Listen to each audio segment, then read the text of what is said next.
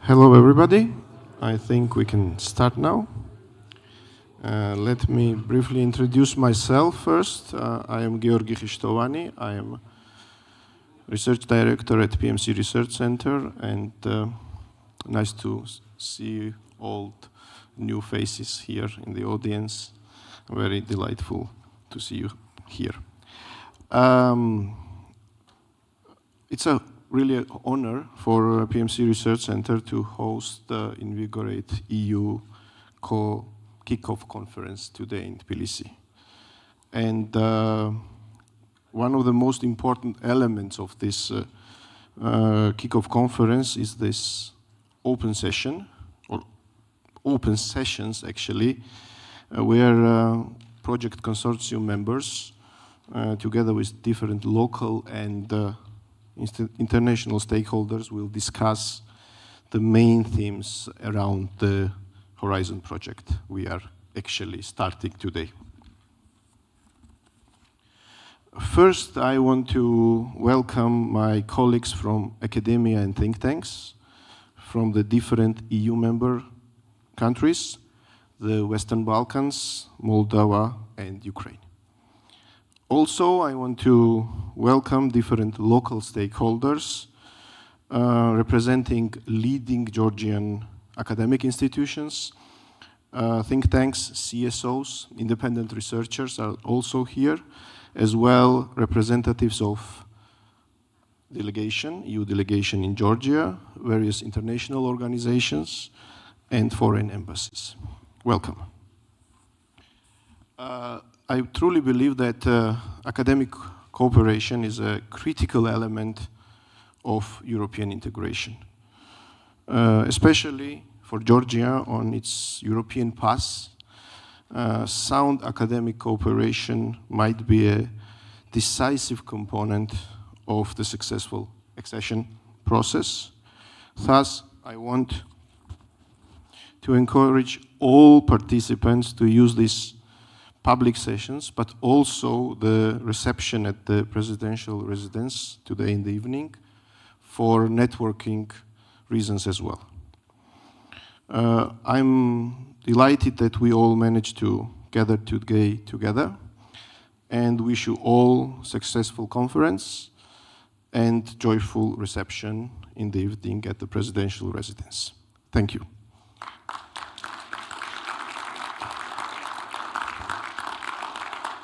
Now I want to give a floor to Funda, who is scientific lead of the Horizon project, and ask her for welcoming remarks. Thank you so much. Yes, also on my behalf, on behalf of the entire project's consortium, and also on behalf of Michael Keding, who's the coordinator of this project. I'm also very delighted to be able to welcome you to this public 2 sessions of our kickoff conference. The consortium, it's 18 partners from the European Union and the Eastern Neighbourhood and the Western Balkan countries. We have been actually already been very busy with discussing what we actually want to do in our project within the next 3 years. So we met already yesterday and this morning in closed door sessions, and now are really looking forward to be able to discuss our plans, our ideas, and also why we think that the topic we're dealing with is currently highly crucial and highly important. I'm Funda Tekin. I'm director at Institut für Europäische Politik in Berlin, but I'm also scientific lead of the Invigorate EU project. And I also have to say we are very delighted and grateful that Georgia is hosting us, and also PMC Research Center is hosting us here in Georgia. Actually, we also have to realize that this week marks an anniversary, which is rather sad anniversary, because by the end of this week it will have been 2 years now since the full-scale invasion of Russia into Ukraine.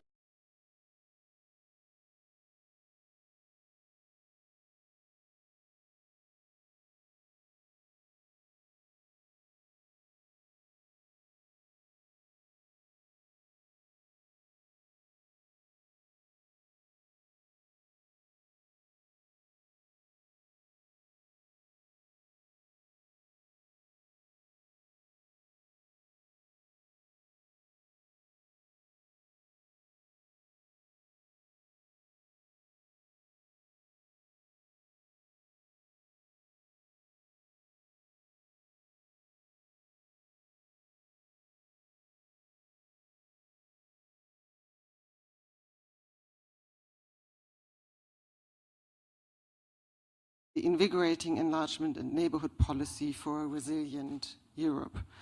So we start from the basic assumption that in times of great global, regional and national uncertainties that emanate from security challenges such as global pandemics, geopolitical rivalry, military threats, but also the erosion of democratic values, it is very crucial that the resilience of Europe is enhanced. So we also observe that the EU's most prominent tools for its engagement with its eastern neighbors and Western Balkan countries are enlargement and neighborhood policies. So, and actually we witnessed that ever since Russia's full-scale invasion into Ukraine by a very strong revitalization of the enlargement policy, because I think if you ask the countries in the Western Balkans,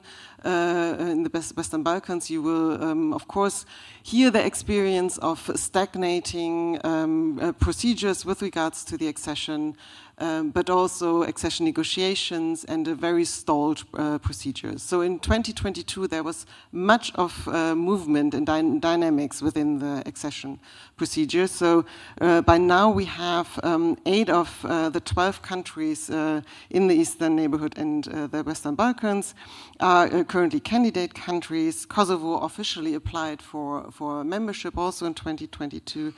And that basically leaves Armenia and Azerbaijan in the Eastern Partnership framework, and it's really going to be interesting also to see where this framework is actually going to be, or how it's going to be structured in the future.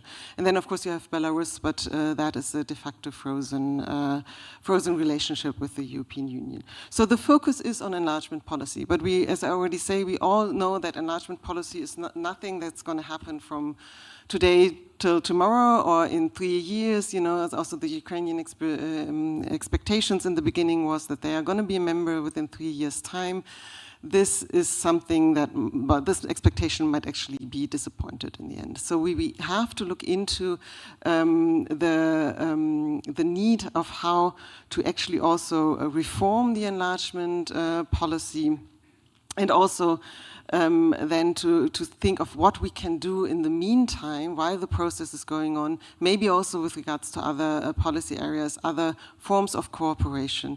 And so we want to build a resilient Europe, and here I think it's important to understand also our definition of resilience, because we think we need a resilient European Union, we need a resilient neighborhood, but both of them are basically interlinked.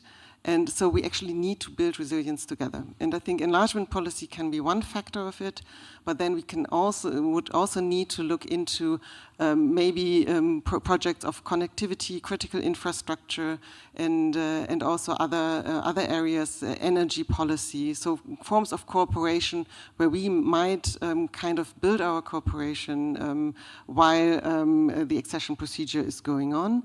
And we are actually structuring our analysis within a triple R approach, which is then how to reform enlargement policy after the so-called, in Germany we always call everything by the name of Zeitenwende, ever since Olaf Scholz had this famous speech. So do we witness in a Zeitenwende in enlargement policy, and if so, how does it need to reform to contribute to a resilient Europe? We also need to think about response to other geopolitical actors in the region, and I think this is very important. And then also one dimension is going to be how to rebuild maybe even military capacity and capacity building in foreign policy tools in order also to provide a secure environment. And these are the big questions that we put ourselves, and we're going to can provide more answers and concrete ideas, well, maybe in 1 year's time, but definitely in 3 years' time when our project is ended. And I'm looking forward to continuous exchange with all of you throughout the process. So I'm looking forward to our discussions, and now hand over the floor to Nicholas, I'm sorry if I pronounce your last name wrong, but Cendrovic. So he's from the EU delegation to Georgia, and I'm very grateful that he took the time today to also address some opening remarks and share in our discussion and contribute to our discussion. So thank you very much.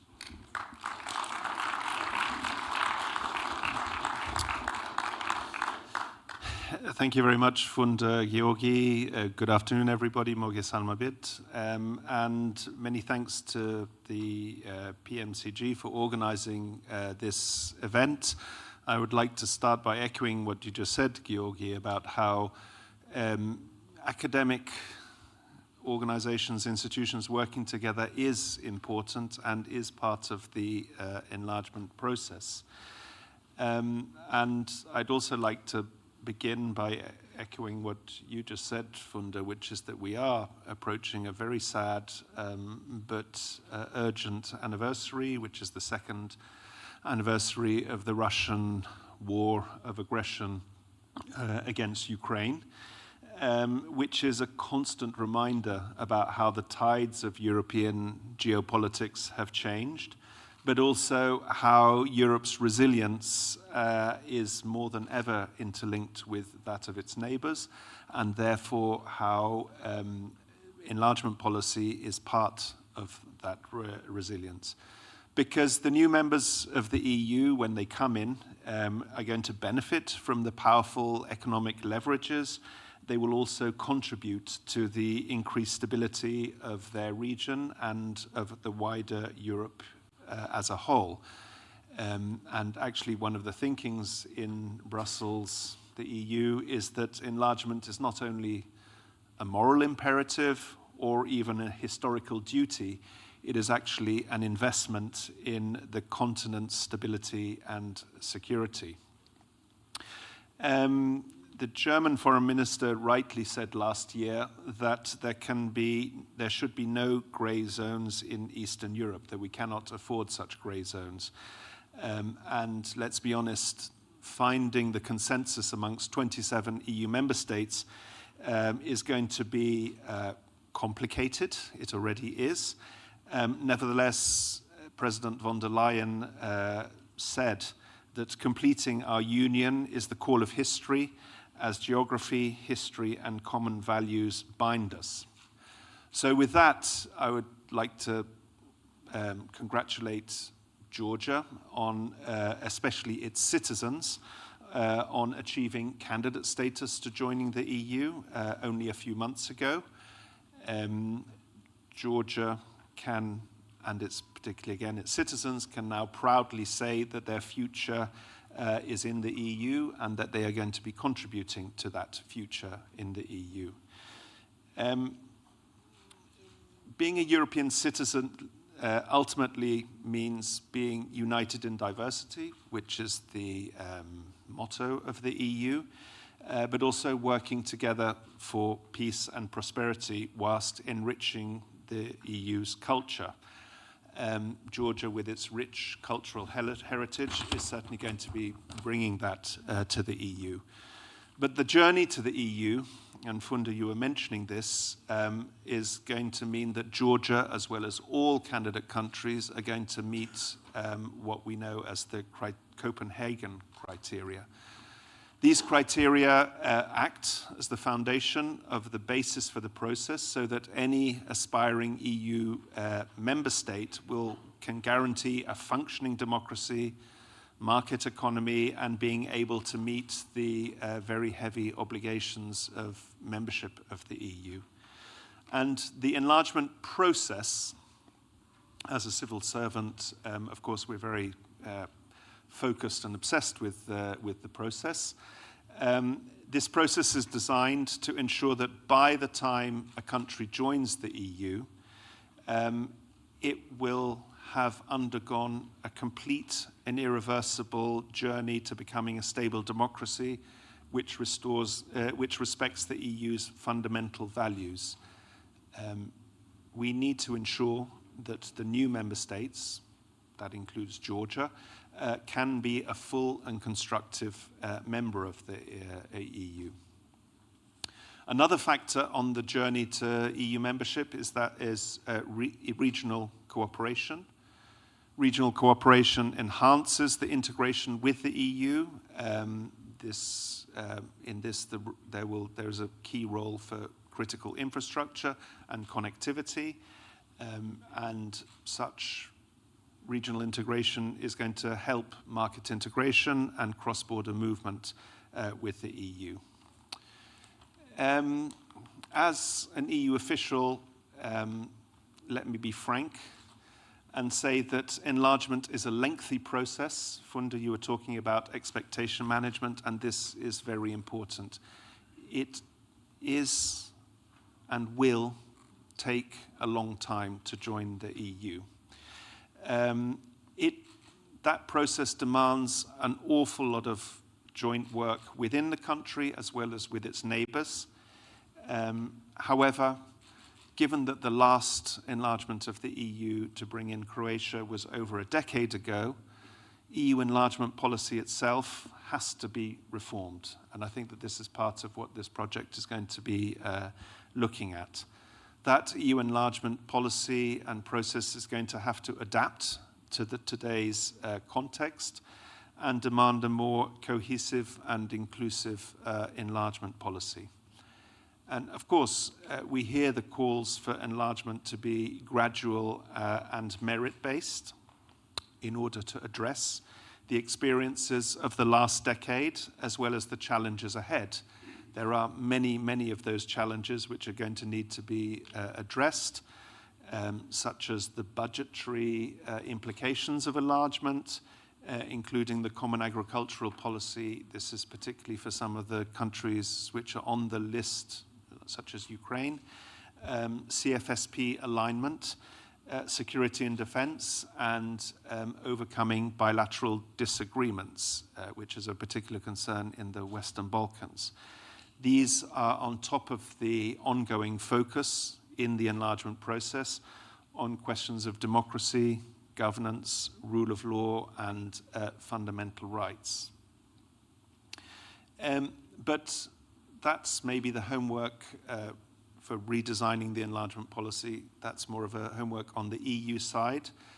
For the candidate countries, the emphasis is going to be very much on not only fulfilling these criteria, but developing a national consensus on what it means to join the EU and on the transformational reforms which will be necessary to get to the EU. Our experience in enlargement over 25 or even 30 years has shown that a lack of political consensus within the country is only going to slow down the process. And this is a message for many of the candidate countries. The EU never ceases to repeat this.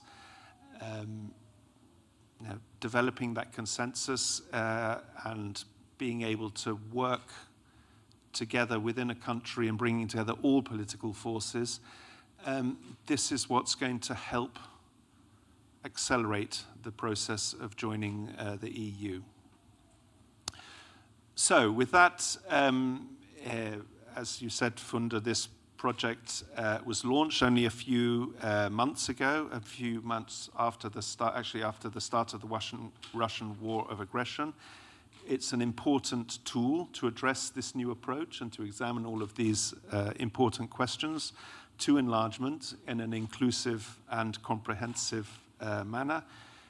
You mentioned the three R's of the project's framework: reform, respond, and rebuild, which are important additions to support a new geopolitical phase of enlargement.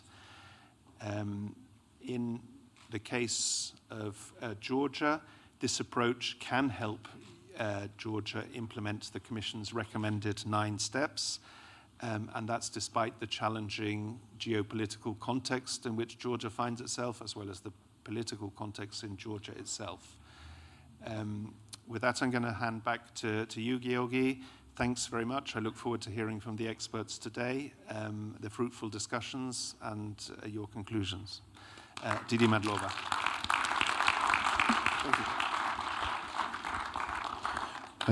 Now I want to invite Professor Richard Youngs to moderate our first panel, which is about how to reform the EU enlargement policy in a new geopolitical phase.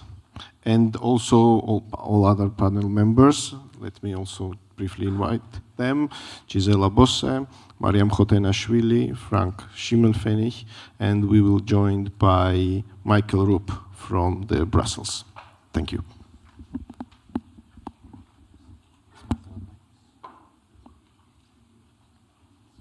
Good afternoon, everybody. My name is Richard Youngs. I work in the Carnegie Europe think tank in Brussels. It's my pleasure to be chairing this first panel. As Funda has explained, the overarching theme of our project is to provide new thinking, new ideas on how the enlargement process needs to be reformed to meet the geopolitical challenges facing candidate countries and the EU itself. This is obviously a very thorny intellectual challenge for us. It's also the most pressing policy priority on the EU's agenda in Brussels. It's endlessly repeated and widely agreed that enlargement does need to be redesigned, but a full 2 years into the war on Ukraine, we see relatively few signs that concrete changes are actually being advanced to the enlargement methodology. So this is an important, outstanding and increasingly urgent policy challenge that the EU needs to meet. To help us think through some of the challenges around this issue, we have Giselle Boss from Maastricht University, we have Irena Kos from the Institute for Economic Research and Policy Consulting in Kiev. We have Frank Schimmelpfennig from ETH in Zurich. We have Mariam Kotonishvili, Georgian, but running the TEPSA network in Brussels. And we're very honored to be joined online by Michael Roop from DG NEAR. Michael, I hope you can hear and see us well. Welcome to you. Oop. I jinxed that. Hi, Michael. So, welcome to everyone. Giselle, why don't we start with you? You've been thinking through a lot on how issues of enlargement methodology, conditionality might need to be adapted given the kind of geopolitical challenges that both Nicholas and Funda outlined. Over to you. Thank you very much, Richard, and thank you that I had the opportunity to come here. I mean, I love Tbilisi a lot, and it's always a great pleasure to return. I have 4 points. First, there has been a lot of talk recently, you will have also noticed, about geopolitics as something rather recent, apparently, that came up on the European Union. And that's a good thing, because in some way we all get these big EU projects these days, but obviously geopolitical challenges were always very prevalent to EU member states such as Poland or the Baltic states, and unsurprisingly so. The problem was, up until now, that nobody had listened to them, especially certain Western European member states. And that at the same time, that geopolitics was always there in the background, just that Europeans, and especially Western Europeans, did not notice anymore or had conveniently forgotten. And as Robert Kagan once noted, Europe could only become a peaceful paradise because its walls were guarded by American soldiers. And in other words, US hegemony and a unipolar world order, or if you prefer, a US-backed international multilateral order, was a structural geopolitical condition. And in this condition, the EU's democracy promotion activities, also previous rounds of enlargement, were very much in tune with this particular geopolitical condition. And the EU was also part of this. And here comes the first point. If we now ask how to adapt the EU's enlargement methodology, the answer depends also how much we, or what we think, the current or future world order will look like. And I think if you're all being very honest, at this moment in time, with increasing unrest, conflicts, military conflicts around the world, I think we all struggle to foresee how this world order will develop and look like. And actually, the developments go very, very fast. So what will the geopolitical environment look like next year or the year after? And I think also in these projects, we probably don't really know for sure. And some operate with these notions of multi-order world. Some see us in a situation comparable to before the First World War, some to before the Second World War, and others still see future for some more limited version of US hegemony. Though when I look across the Atlantic and what might be happening in the US very soon, I think we are all collectively worried about this. So depending on this perspective, the upcoming enlargement should be devised in different ways. And for example, if we look at upcoming enlargement and modernization project, we are also looking at enlargement in an increasingly militarized context, certainly of a country like Ukraine. And we most likely see more of these conflicts, military conflicts, increasingly, hopefully not, but that could be all across the EU's so-called Eastern neighborhood. So, in militarized contexts, and it is potentially a democratic choice, for example, of a country like Ukraine, to have a more militarized state, and rightly so. But if that is a democratic choice, then the EU also has to deal with it, because with militarization comes specific challenges for democratization. I think the EU is not very used to these particular contexts. So we have to think about this carefully. And second point, and related, where does that leave democracy support and democratization? Now, the argument tends to be that the democratic state is in the long term always a more resilient and more stable state. Right? Militarized states are highly centralized, and there's challenges of accountability. And the challenge would be here to preserve and enhance the democratic character of a state and a society in sort of a more permanent condition of constant security challenges. Because I think if we're being very honest, this is not going to go away by tomorrow or by next year. And that brings me to a third point, crucial point. What price is the EU willing to pay for defending, the lines of this enlarged European order, presuming that Ukraine, Moldova, and Georgia and the Western Balkan countries are part of that order? The failure of Western mediation effects in Nagorno-Karabakh, Artsakh, speaks volumes in that respect. And then there is public opinion across the entire EU. What is becoming less and less, they are becoming less and less concerned, unfortunately, especially as again in Western European countries, with geopolitics, but more and more with domestic issues. Across the G7 group of countries in late 2022, so 1 year ago, the threat posed by Russia was cited as the top concern in surveys conducted in the Munich Security Index. Now, at the end of 2023, just 1 year later, the threat has dropped to 4th place across the G7, right? And in Germany, it's even in the 7th place. And this is very, very serious, because unfortunately, what happens with our governments, they rarely think beyond the next election. And here I see, a serious challenge as well. So we can devise the most sophisticated enlargement methodology, but if the EU, and not to mention the US, is not able to continue to provide even basic military or financial support to Ukraine to defend itself, potentially to other countries in the enlargement trajectory to defend themselves, then there will be no enlargement process, simply because Ukraine is a sovereign country, and maybe others, I hope not, but they may no longer exist. And I think it's a reality we have to face in these discussions. And that, in that respect, it's crucial that the EU, if it were to opt for some kind of differentiated integration, that it chooses wisely on the form of differentiated integration. Right? It makes perfect sense to provide accession countries with more frequent and meaningful incentives to reform, for example, through a step-by-step pre-accession integration, including financial aid and so on and so forth. But it is not a good idea, for example, to opt for a form of differentiated integration that opened the doors for member states to again delay and stall the accession process for domestic reasons. And here are some ideas that were developed for differentiated integration that I would warn to be very careful about. For example, to differentiate after accession between a new member state and conventional membership. So that actually means the country has acceded to the European Union, but then it would still not have full voting rights. This is one of the ideas that are around.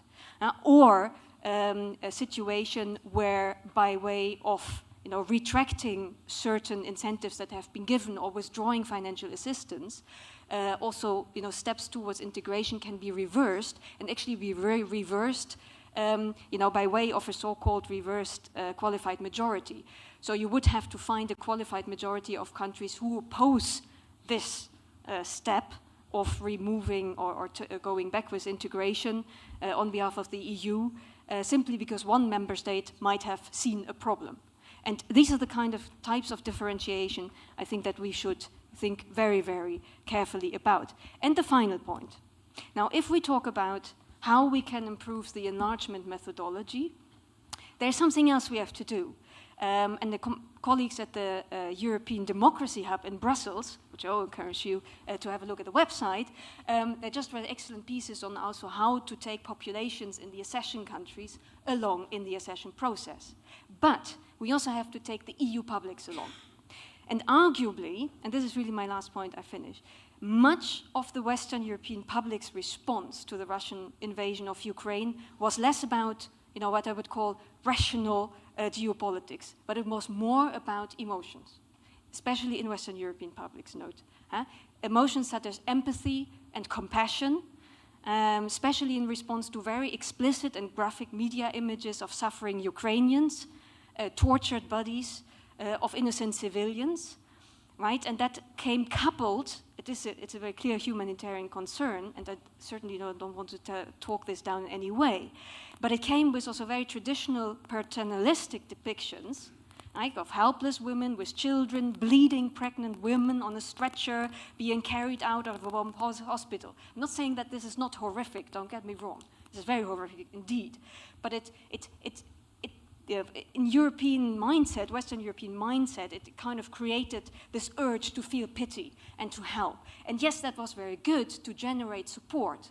But the problem with these sort of emotions is, it's about fellow Europeans suffering, white Europeans, Christian Europeans, and even worse, right? It is about emotions that are very short-lived. And that is exactly what we are seeing right now. Some kind of compassion fatigue taking place. So we have to think carefully about, finding a discourse or narrative, why it matters to support enlargement for these Western European publics.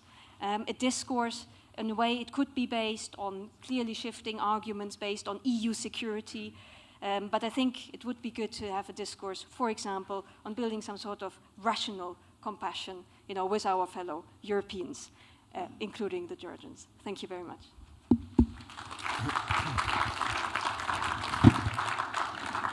Thank you, Giselle. Very powerful arguments. Giselle reminds us that these very specific debates about enlargement reform are nested within quite profound global shifts and existential questions about European security. Michael, if I may, I'll turn to you next, because sitting in the Commission in DG NEAR in Brussels, Michael is charged with distilling these very big challenges into concrete procedural changes to enlargement. So, Michael, for you, what does this latest geopolitical phase mean for the very specific procedural elements of enlargement methodology for you?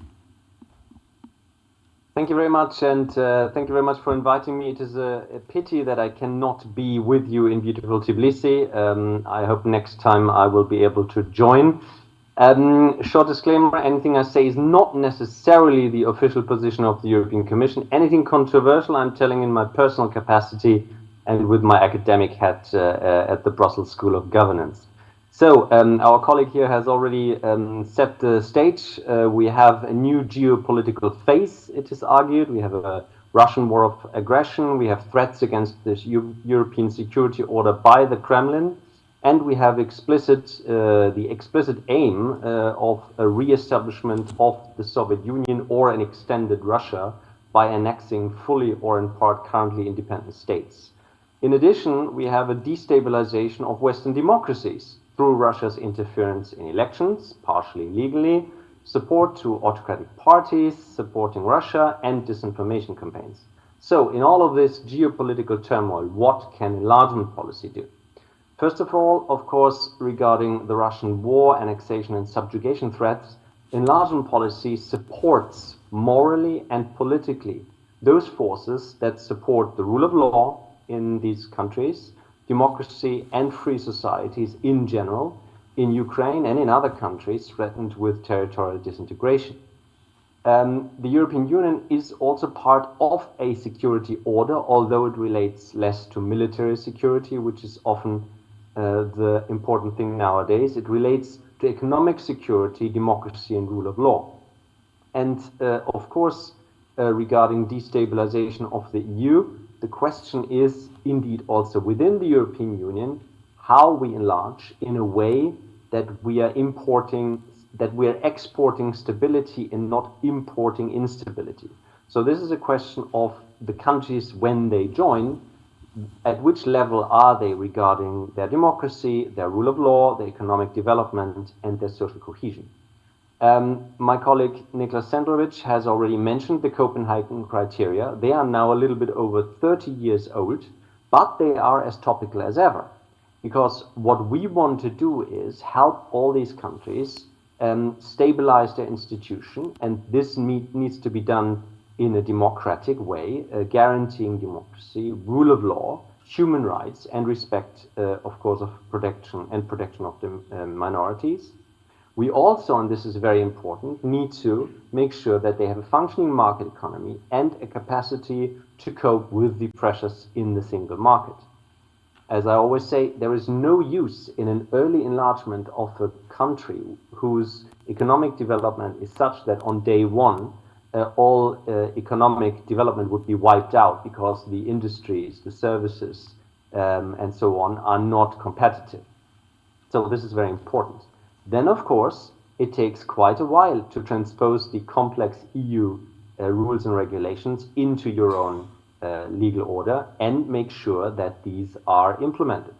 So this is criterion number 3. And another criterion, which is called the Madrid criterion, means that you actually have to have administrative capacity implementing these regulations. And this is an aspect which is also part of the Copenhagen criteria. We need the logic of the EU to be able to absorb or, as now is stated, integrate these members. So all of this is a complex undertaking and it takes some time. And we have already heard our colleague here discussing partial integration, maybe different stages of integration into different parts. So this is something that is, of course, part and parcel of the thinking currently going on in Brussels. But on the other hand, we are at the moment in an enlargement policy trying to integrate the full country fully into the European Union. So here, integration capacity internally is important, but what are we trying to make enlargement policy future-proof? We have tried already to revise enlargement methodology. On the one hand, we have started looking already quite some years ago in any enlargement path, first and foremostly on the fundamentals. This is what we call the cluster 1 of 33 chapters of the acquis, which we are looking at in enlargement negotiations. These chapters are chapter 23, Judiciary and Fundamental Rights. How do we make sure that the judiciary in these countries works well? How do we make sure that the fundamental rights in these countries are guaranteed? We also have topics like justice, freedom, and security, which is internal policies. And we have slightly more technical, but at the same time very political issues like public procurement and financial control. In addition, we're looking every year in our enlargement package at each of the countries, also Georgia, also Moldova, also Bosnia, to say how do the democratic institutions actually function. There is an old political analysis that states that the European Union is built on foundations that it can itself not create. Some sociologists and historians claim that these foundations are results of historical developments, basically that created a liberal bourgeoisie with a constitutional democratic institutional setup, with a free market economy based on a liberal market and liberal market values and free societies. So what we're currently trying to do in the past probably 20 years at least, as my colleague Niklas Centrovic has also mentioned, we're trying to make sure that during the accession process, we are helping these countries to establish these political bases. so that they can develop these foundations and indeed have done so before they can join. In this logic, the path of accession is relatively straightforward, meaning they apply to join the European Union, then there's an opinion. If, in this case, for example, for Georgia, we grant candidate status, then we move to a next step. And in the case, for example, of Moldova, we've opened accession negotiations. When the European Council opens them, we start with what is called the screening of the acquis. And here we have, for example, tried to speed up the process already, meaning that instead of having 1.5 years of very detailed discussions and detailed explanations, we have used modern technology and simply sent videos of all the explanations of the acquis to the countries where we are in the process of opening accession negotiations. So, for example, Moldova and Ukraine. And actually, they have already started analyzing and discussing how they take on these very complex legal fields.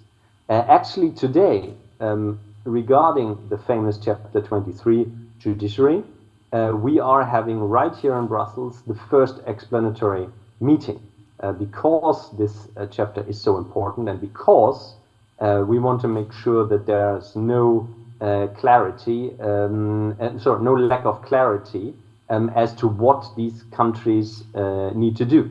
So this is actually going on as we speak.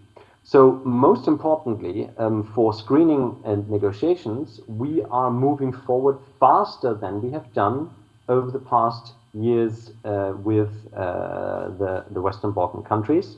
We are aware that it is not easy to fulfill the fundamentals. It might be easier for some countries, it might be more difficult for others. On the other hand, we have seen inside the European Union, with some countries that had joined in 2004, that it is not so easy and that reforms in the political area need to be sustained and democracies need to be protected. As we have little time, and I'm very much aware that listening to remote discussions is not the best thing, let me be brief for the rest. The enlargement process is constantly adapting, and we will try to make things faster in terms of the technical developments. But of course, and this is something that was already touched upon but not made explicit, we are in the hands of the member states. The accession process is not an internal mechanism of the European Union. We're exchanging the treaties. The accession treaty changes the treaties, and the European Union member states become again master of the treaty. So any change to the enlargement procedure that we propose, and we're proposing from time to time, needs to be accepted by all 27 current member states. Gradual integrations make a lot of sense in our view, partial integration, maybe into the single market. And there are mechanisms ready for this, in particular for the three trio countries, Ukraine, Moldova, and Georgia. We have mechanisms for partial integration in the DCFTA, the Deep and Comprehensive Free Trade Areas that have been established with the association agreement. So here we're trying to move things forward. We're trying to help these countries come closer to the European Union, but it is not an easy feat because the legal requirements are quite high in all of these areas. And I would like to end here and leave more discussion to the question and answer. And thank you very much for giving me this opportunity. Thank you very much, Michael, for giving us this overview, and obviously I'm sure your efforts are greatly appreciated here. So we've had two quite general overviews from EU perspectives. Let's come down now to the country level. I think it's only right we start with our host country and with Mariam, who will give us a Georgian perspective on enlargement. Mariam, over to you.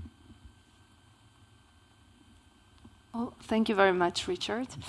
I would like to argue, or suggest, that whether the reform of the enlargement process is done in a uniform way, in a differentiated integration way, or in a staged accession way, this will actually have very little impact unless the EU and the candidate countries manage to jointly neutralize the Russian threat. So the Russian factor, in my opinion, is paramount to understand the progress or lack of progress on the accession path. Now, of course, I'm very appreciative of EU's steps in the last 2 years in terms of enlargement. It's opening accession negotiations with a few new countries. It has given Georgia candidate status. It is launching its pre-enlargement policy reviews, and it's also considering different ways the institutional reforms might be needed in order to accommodate an EU of 30 plus to deal with the so-called absorption capacity. So these are very big changes, and the EU is more open now to enlargement than it has been in the past 15 years. I also do believe that Georgia now has a unique opportunity, but also responsibility to act on the identified priorities, and I'm all for a merit-based approach. But one dimension, I think, is fatally overlooked in the relaunched enlargement process, and that is the security of the candidate countries. A key question on the accession path is, can the EU realistically expect countries to flourish, countries for their democracy to flourish, while Russia is working relentlessly to thwart any such ambitions? Is it possible for a country like Georgia, which has in around 30-40 kilometers from here, Russian tanks are deployed, and Russia is waging a very kind of intense hybrid war in this country. Is that possible for such a country? Is it possible for Ukraine, which is actually dealing with a full-fledged invasion, to build a perfect democracy according to the EU's rulebook? Ukrainians, Georgians, and Moldovans are living in a contested neighborhood where Russia is interfering by military force, disinformation, fueling all sorts of anti-Western and pseudo-religious propaganda, funding extremist groups, undertaking cyber attacks on state departments, and openly supporting friendly oligarchs. But for the democracy to be sustainable, a favorable external context is needed. And the three countries' democratic future, in my opinion, will depend to a large extent on the overall security foundations that the free world will manage or not succeed or fail to establish in the region. The future, actually, of all EU member states will also depend largely on this too, as Russia has been consistently interfering with the EU democracies and feed the rise of the far right. So just as an example, 1 year ago there were huge protests in Georgia that couldn't have left anybody in the EU cold or indifferent. These were the protests against the so-called Russian foreign agents law. And the government tried to, this was a move from the government, clearly an attempt from the government to undercut and to marginalize a very pro-European civil society in Georgia. Now, because of these huge protests, the government dropped the draft law. But many of you might remember that official Russian accounts were actually threatening Georgian protesters at the time, recalling and I quote, a similar situation in Ukraine in 2014 and what it finally led to. So basically, threatening Georgia with another round of invasion and war. So in the meantime, the EU has been formulating democratic priorities for Georgia, which are very hard to question. They really are a very useful to-do list in a perfect world. But if we look at the 9 priorities that the Commission has identified, it is very clear that some of them are blocked the progress on some of them are blocked because of, unfortunately, local domestic vested interests. But it is also equally clear that Russian interference in Georgian politics is at the origin of how Georgian state actually operates right now. And Russia has a clear interest in in actually blocking progress on all these 9 priorities. Well-functioning and accountable public institutions are not something that Russia could easily tolerate. On CFSP alignment, I really like to stress this. Russia has very easy ways to retaliate. Therefore, progress on the accession path is not only dependent on the candidates' will or determination. It's not only about their technical competence and the volume of pre-accession funding. The EU's repertoire of soft power, which was very successful in the 1990s and in the early 2000s, will not be sufficient this time, unfortunately. Georgia's vibrant civil society and democratic fabric, the bravery of people will also not be sufficient in this context because we are counteracted by an adversary which is very serious about not allowing any meaningful progress. So this is one of the reasons that I think that EU institutions and member states should not approach enlargement from the kind of standpoint of a teacher giving reform assignments to a student. Enlargement is a common project of the 30+ participating countries who need to work together on building a secure enlarged union of the future. The candidate countries are actually taking security risks by deciding to be democratic.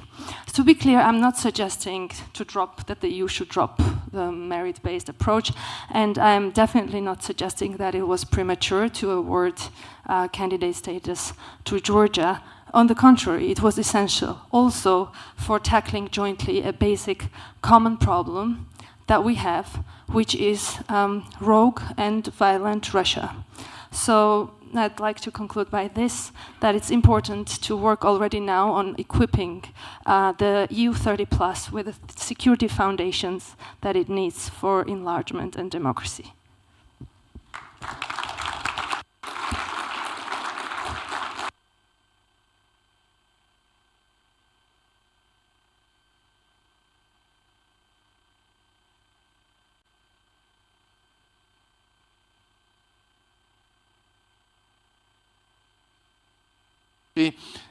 If that's important in Georgia, it's obviously even more self-evident in Ukraine. So let's turn to Irena and hear her thoughts on taking Mariam's lead, how these elements of security, very immediate security, can be incorporated into enlargement, and how these security imperatives affect the kind of conditions and requirements that the EU is asking of Ukraine. Irena, please. Thank you, Richard. First of all, it's an honor to speak today here in Georgia, a nation that shares with Ukraine and Moldova not just an aspiration for EU membership, but also the challenges and opportunities that this journey entails. EU's enlargement policy, which is grounded in the principles of reform conditionality, has long been a cornerstone of its approach to welcoming new members. And this process ensures that aspiring countries align with EU standards in democracy, human rights, economic policy, and the rule of law. For Ukraine, Georgia, and Moldova, meeting these conditions is not just about fulfilling technical criteria, it's about embracing the transformative power of European values to drive progress and resilience within our societies. However, the landscape of our journey towards EU membership has been dramatically altered by the aggression from Russia. The war has not only posed direct military threats, but also economic challenges and attempts to influence the political stability within our borders and beyond. In response, the EU is prompted to rethink its reform conditionality and to adapt the realities of security concerns and the need for greater resilience against external pressures. So in light of these developments, it's clear that the EU's conditionality framework must evolve. And the enhanced focus on security reforms, energy independence, and cyber resilience is now as crucial as the traditional pillars of economic stability and democratic governments. For Ukraine, the rapid development of military technology industry and our efforts to ensure energy security pose an example of the kind of adaptability and resilience that should be recognized and supported within the EU's revised conditionality criteria. For Ukraine, there are around 230 conditionalities envisaged in key documents to be implemented by Ukraine this year alone. 69% of these are recommendations by the European Commission in the enlargement report, as well as recommendations by G7 ambassadors and the US priority reform list. The remaining 31% are conditionalities linked to the receipt of budget support from IMF under the EU-Ukraine facility and funding from the World Bank. Half of those reforms are unique and half overlap. EU enlargement report has over 100 recommendations divided into 6 clusters. I already talked about them, but let me remind you that the clusters are fundamentals, internal market, competitiveness, green agenda, resources, agriculture and cohesion, and external relations. These are non-financial conditionalities. 53% are reforms to strengthen institutions, 36% are structural reforms, and 11% are reforms to achieve macro-financial stability. For example, in Ukraine, more than 60 conditionalities and recommendations are for anti-corruption, judiciary, and law enforcement areas. Overall, Ukraine has to implement around 2,800 EU legal acts as part of the admission process. This is very tantamount task, but it nevertheless has to be done. And to narrow the income per capita gap and achieve robust economic growth, it is crucial for Ukraine to focus and prioritize and by addressing the most critical constraints that hinder economic development. And quite recently, the government of Ukraine published its plan to show how it's going to address these issues. The plan is to focus on the areas where the impact of reforms is most significant so that Ukraine can maximize its efforts to stimulate growth effectively. And let me tell you that as frontline states facing the brunt of Russian aggression, Ukraine, Georgia, and Moldova are in a unique position to contribute to the European Union's strategic thinking on enlargement. And our experience offers valuable insights into strengthening the EU's external borders, enhance energy security, and counterfight misinformation campaign. We can share our learnings and we can collaborate more closely, and thus we can help shape an enlargement policy that can be robust, responsive, and reflective in the new geopolitical realities. Just one example, with Ukraine in the Union, the European Union would increase its arable land by about 1/3 and would significantly increase its weight as a geostrategic actor and the guarantor of global food security. So with these complex challenges, the solidarity and support of the EU are more important than ever. And to adapt the reform conditionality and address security and resilience, it does not mean that we need to dilute our commitment to European values. It means we need to enhance our collective ability to defend those values against new threats. So in closing, I urge us all to view the adaptation of EU reform conditionality not just as a response to Russian aggression, but as an opportunity to build stronger, more resilient Europe. Thank you.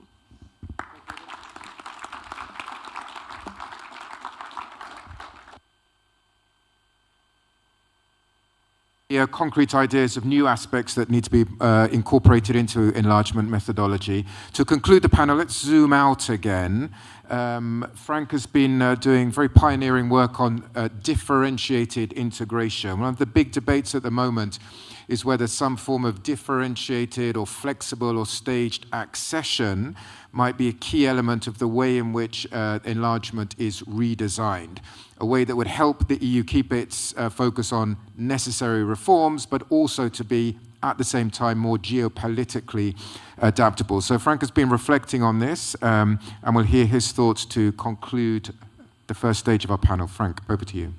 Thank you, Richard. Before starting with these thoughts, I'd just like to remind us that the EU's enlargement policy has really been broken. Yeah? So it was designed to promote democracy and membership, but for the past 15 years, it has never delivered either on democracy or on membership. So clearly, we are in a new situation now, which means that the geopolitical pressures that the EU that Europe has faced because of the Russian aggressions. This has revived the rationale for enlargement. It has also led to some, say, in historical comparison, some very bold decisions of the European Council, yeah? To provide Eastern European countries with a membership perspective, to grant candidate status, and to initiate accession negotiations with a number of additional countries. But the danger now is that all of this boldness might get lost if we just revert to the old ways of, let's say, then maintaining an enlargement methodology that clearly has not delivered over the past 15 years. And I think hearing some of the contributions today, I think this danger is real. Yeah? And I think the opening of accession negotiations is a very important step, but it is quite clear, and that's the Western Balkans experience, that is the Turkish experience as well, that opening accession negotiations is no guarantee at all for membership or for, say, fast membership. Now, the geopolitical pressures clearly provide the EU, say, with a strong motive to push this process forward. But as we've heard today, I mean, the EU democratic rule of law conditionality, that is still in place, and we have to take into account that the current candidates have a difficult legacy in this respect. So I think it's not just a lack of will, yeah, that caused these countries not to develop in the way that the European Union would have wished for. But of course, it has to do with legacies of contested statehood, quite entrenched clientelism, state capture. All of that will be extremely hard to undo. Yeah? And it is perfectly right to say that this will take time. Yeah? And it will not just take time. I mean, it will take major efforts.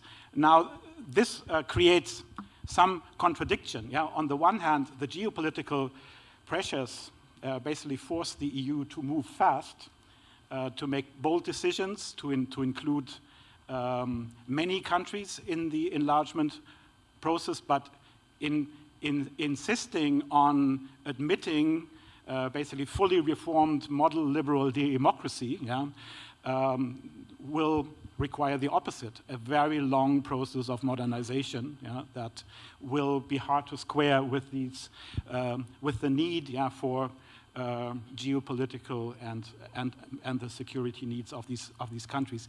In addition, and that hasn't been mentioned yet, many member states say, okay, if we're going to have enlargement, this will only be possible if first we do our internal reforms. So many see this as a vehicle to say, okay, we've been thinking about internal reforms like changing the decision-making procedures and everything. Now enlargement is the chance to bring in these internal reforms, and we can only admit new members if before we change our institutions in a way that they become leaner and that there will be less potential for paralysis and decision-making blockages. Now, all of that, I mean, we can discuss whether that's useful or necessary, but the main effect on enlargement is that this will further prolong the process because there's no consensus in the European Union on these reforms, and I sincerely doubt that some of the member states will give up their vetoes and other institutional privileges for the sake of enlargement. So we have that dilemma. On the one hand, the urgency of the geopolitical pressures to provide, say, some ontological security to southeastern and eastern European countries on the one hand, and on the other hand, say, the need for thorough reform or the demand for thorough reform in the EU and in the candidate countries. So this is where I think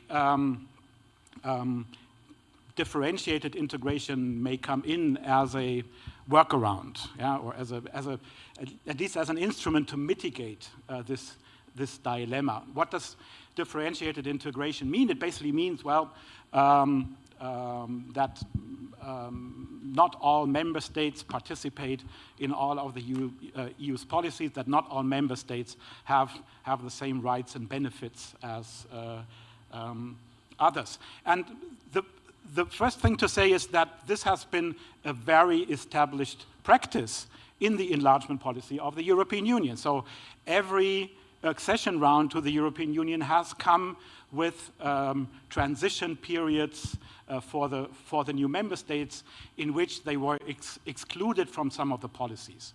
Think of the phasing in of agricultural subsidies, think of free movement of labor, participation in the Eurozone, in the Schengen area.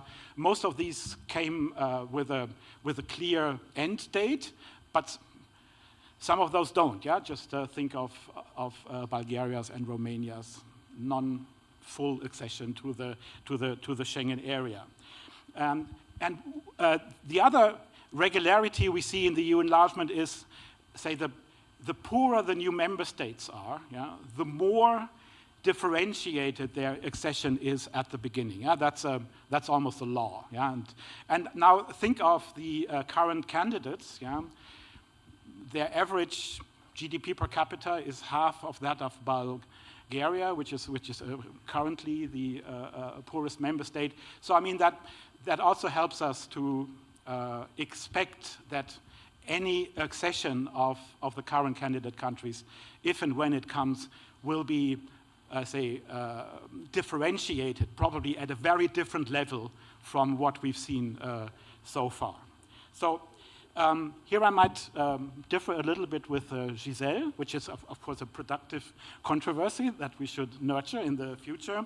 So I think the geopolitical conditions, I mean, should really force the EU to think of not just, let's say, offering candidate countries additional benefits while they are still in the pre-accession stage, but to think about ways to speed up the formal accession of these countries to the European Union, which is the way, basically, to avoid many of the things that Maria mentioned, and it would do away with the gray zones. It would help bring, say, some basic ontological status security to these countries. But this then could be combined, with a level of differentiated integration, including, say, various policies of the EU, but also some institutional rights, to make this palpable to the to skeptical current member states. This is one issue, but also to maintain the incentives to reform. So my proposal is not to say, okay, let them all in, give them all the rights and benefits, but say, let them in to provide this fundamental ontological security to these countries, but not give them all of the rights and benefits from the start, but keep that as an incentive for these countries to reform further. And the more they do that, the more they will be able to participate in the policies and get the rights that they would want to see. So, I mean, this needs to be discussed, spelled out. There is a lot of devil in the details, but I think it really, in the current situation, we need to go beyond the old ways and think about different institutional arrangements, not to have the enlargement process get stuck again, which, as we know from the Western Balkans, I mean, leads to frustrations, to autocratic reversals. This is not what we want to see in Eastern Europe. Thank you very much, Frank.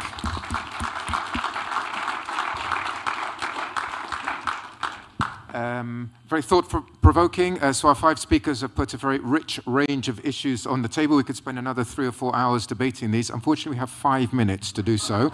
I will invite people, maybe just a couple of questions from the floor. And I see Michael wants to come back. Michael, if I may just, let's hear a couple of questions from the floor. Maybe, yes.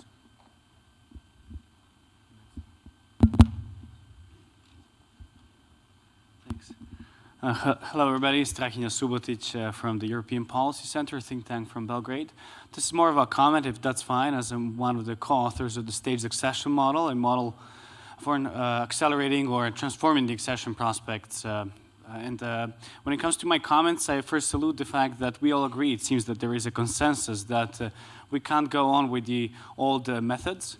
We've seen that in the case of the Western Balkans that the enlargement policy has simply failed to produce the necessary transformative effect, and that's why with the staged accession model we try to introduce this sort of predictability to the process by breaking down the process into stages, by linking each stage to a certain level of financial and institutional incentives. We try to therefore create an incentive structure for the governments to take on the necessary reforms. That's when it comes to the pre-accession period. We assume full reforms. With the necessary incentives, we believe it is possible. We had a comment on the veto limitations, and I would like to maybe explain why we decided to propose this as part of stage 3 upon accession. One more minute, just one more minute, I apologize, because this was raised. We did it because there are 2 types of fears. Member states are afraid that the club might become dysfunctional if you increase the number of member states. And secondly, Western Balkan countries... You used the 5 minutes, nobody from Georgia. I'll buy them a drink. Secondly, the Western Balkans are afraid that they might complete reforms while they would still be vetoed. So we can't afford that. So our model proposes a legally and practically feasible way forward, making it therefore accountable both for the interests of the EU member states and for the Balkans. And later on, in private, I can explain the details. And I apologize once again for taking an extra minute. Thanks.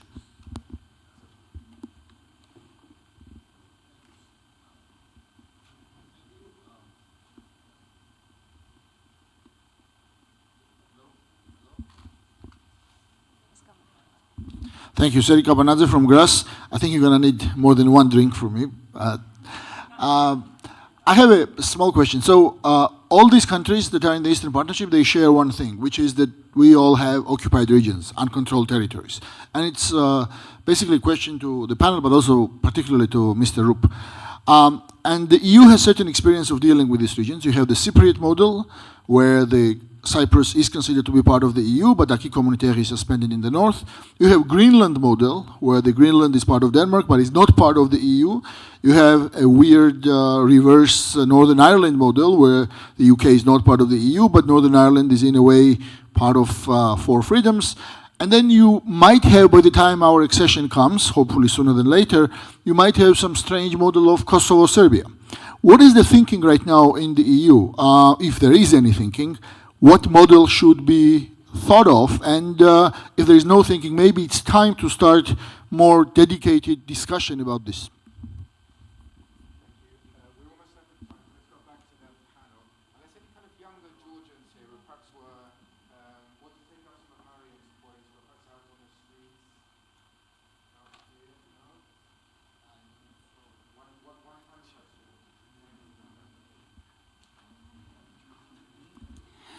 Oliver Reisner from Ilia State University in Tbilisi. Short question, it was mentioned that the enlargement process is a huge transformation, not only in political terms, but also in social terms. You mentioned patronal politics and so on. So how are the candidate countries to start discussing their homework in what is really necessary to transform in itself, not only external threats, but really social reforms inside? Thank you.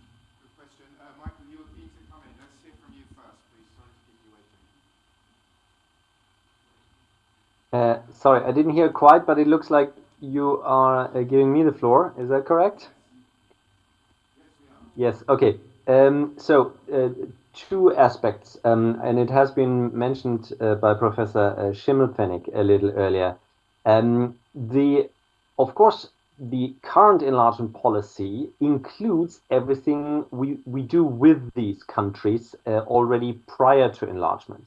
For example, the Western Balkans, that we have a clear accelerated integration in the sense that we are working on numerous areas with them.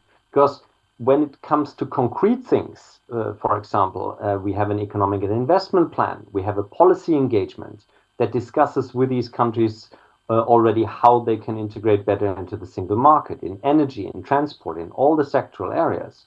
And also, the Western Balkans have been already involved in all the EU's responses. Plus, the economic and investment plan has now been moved forward to become a new growth plan for the Western Balkans. So here we rely on several pillars regarding regional economic integration, acceleration of fundamental reforms, and a big financial package, which includes 6 billion euros for reform and growth. So the incentive is there, but as the previous speaker has just mentioned, what we need is buy-in into reforms of the local political elites.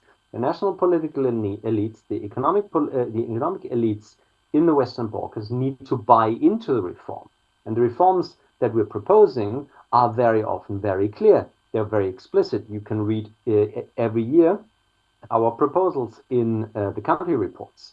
And where there is buy-in, where there is reform, where there is movement forward, we can bring these countries already into the EU partially in different sectors, even before a full accession. The legal possibilities are there, but we need the political reform enthusiasm in these countries. Those that just rely on their old patronage networks, on the old way of rent-seeking, of closed markets, will not be able to benefit from that. Thank you.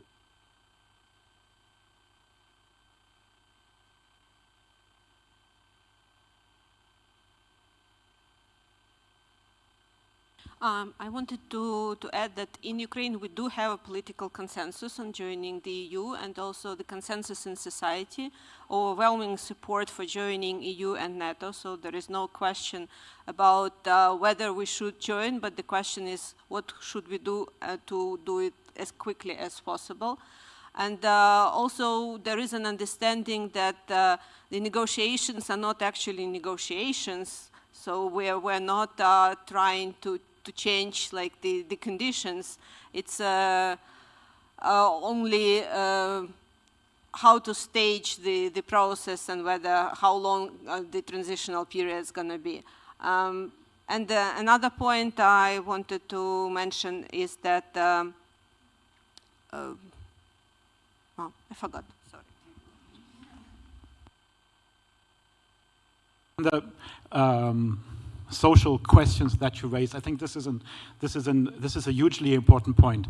I want to say first that even in the current member states, breaking up structures of patronage, state capture to some extent, yeah, especially if you think of Southern Europe, yeah, has been a long and incomplete process. So it always takes a long time. It's a long-term structural change, but I think it is easier done when you're in the European Union than when you're outside of the European Union. Because for all of these countries, contributions by the European Union are an important factor for their national budgets. And if these contributions can be tied credibly, yeah, to EU conditionality and also then to instruments, yeah, like the prosecutor's office, which of course needs to be strengthened, yeah, I think there's a better chance to break up such structures from the outside than waiting for these countries to do the job while they are still not in the European Union. This is also why I think that bringing them into the market and into the EU might actually help speed up this process. Okay, thank you very much to everyone, to our 5 panelists. We've gone a little bit over time, so I won't attempt any wrap-up. We'll close here, and perhaps people can just show their appreciation to our 5 panelists.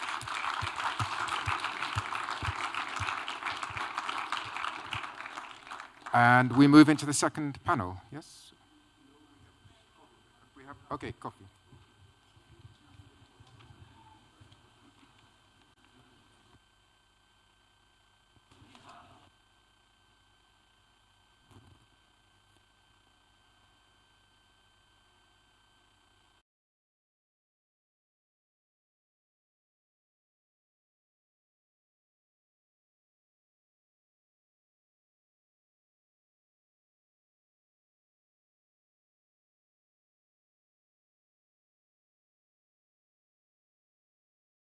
Of the Western Balkans. So we phrase this this panel as geopolitical challenges and opportunities for the EU and Western Balkans, Georgia, Ukraine, and Moldova. So this is basically the countries that we research in our project, and I think.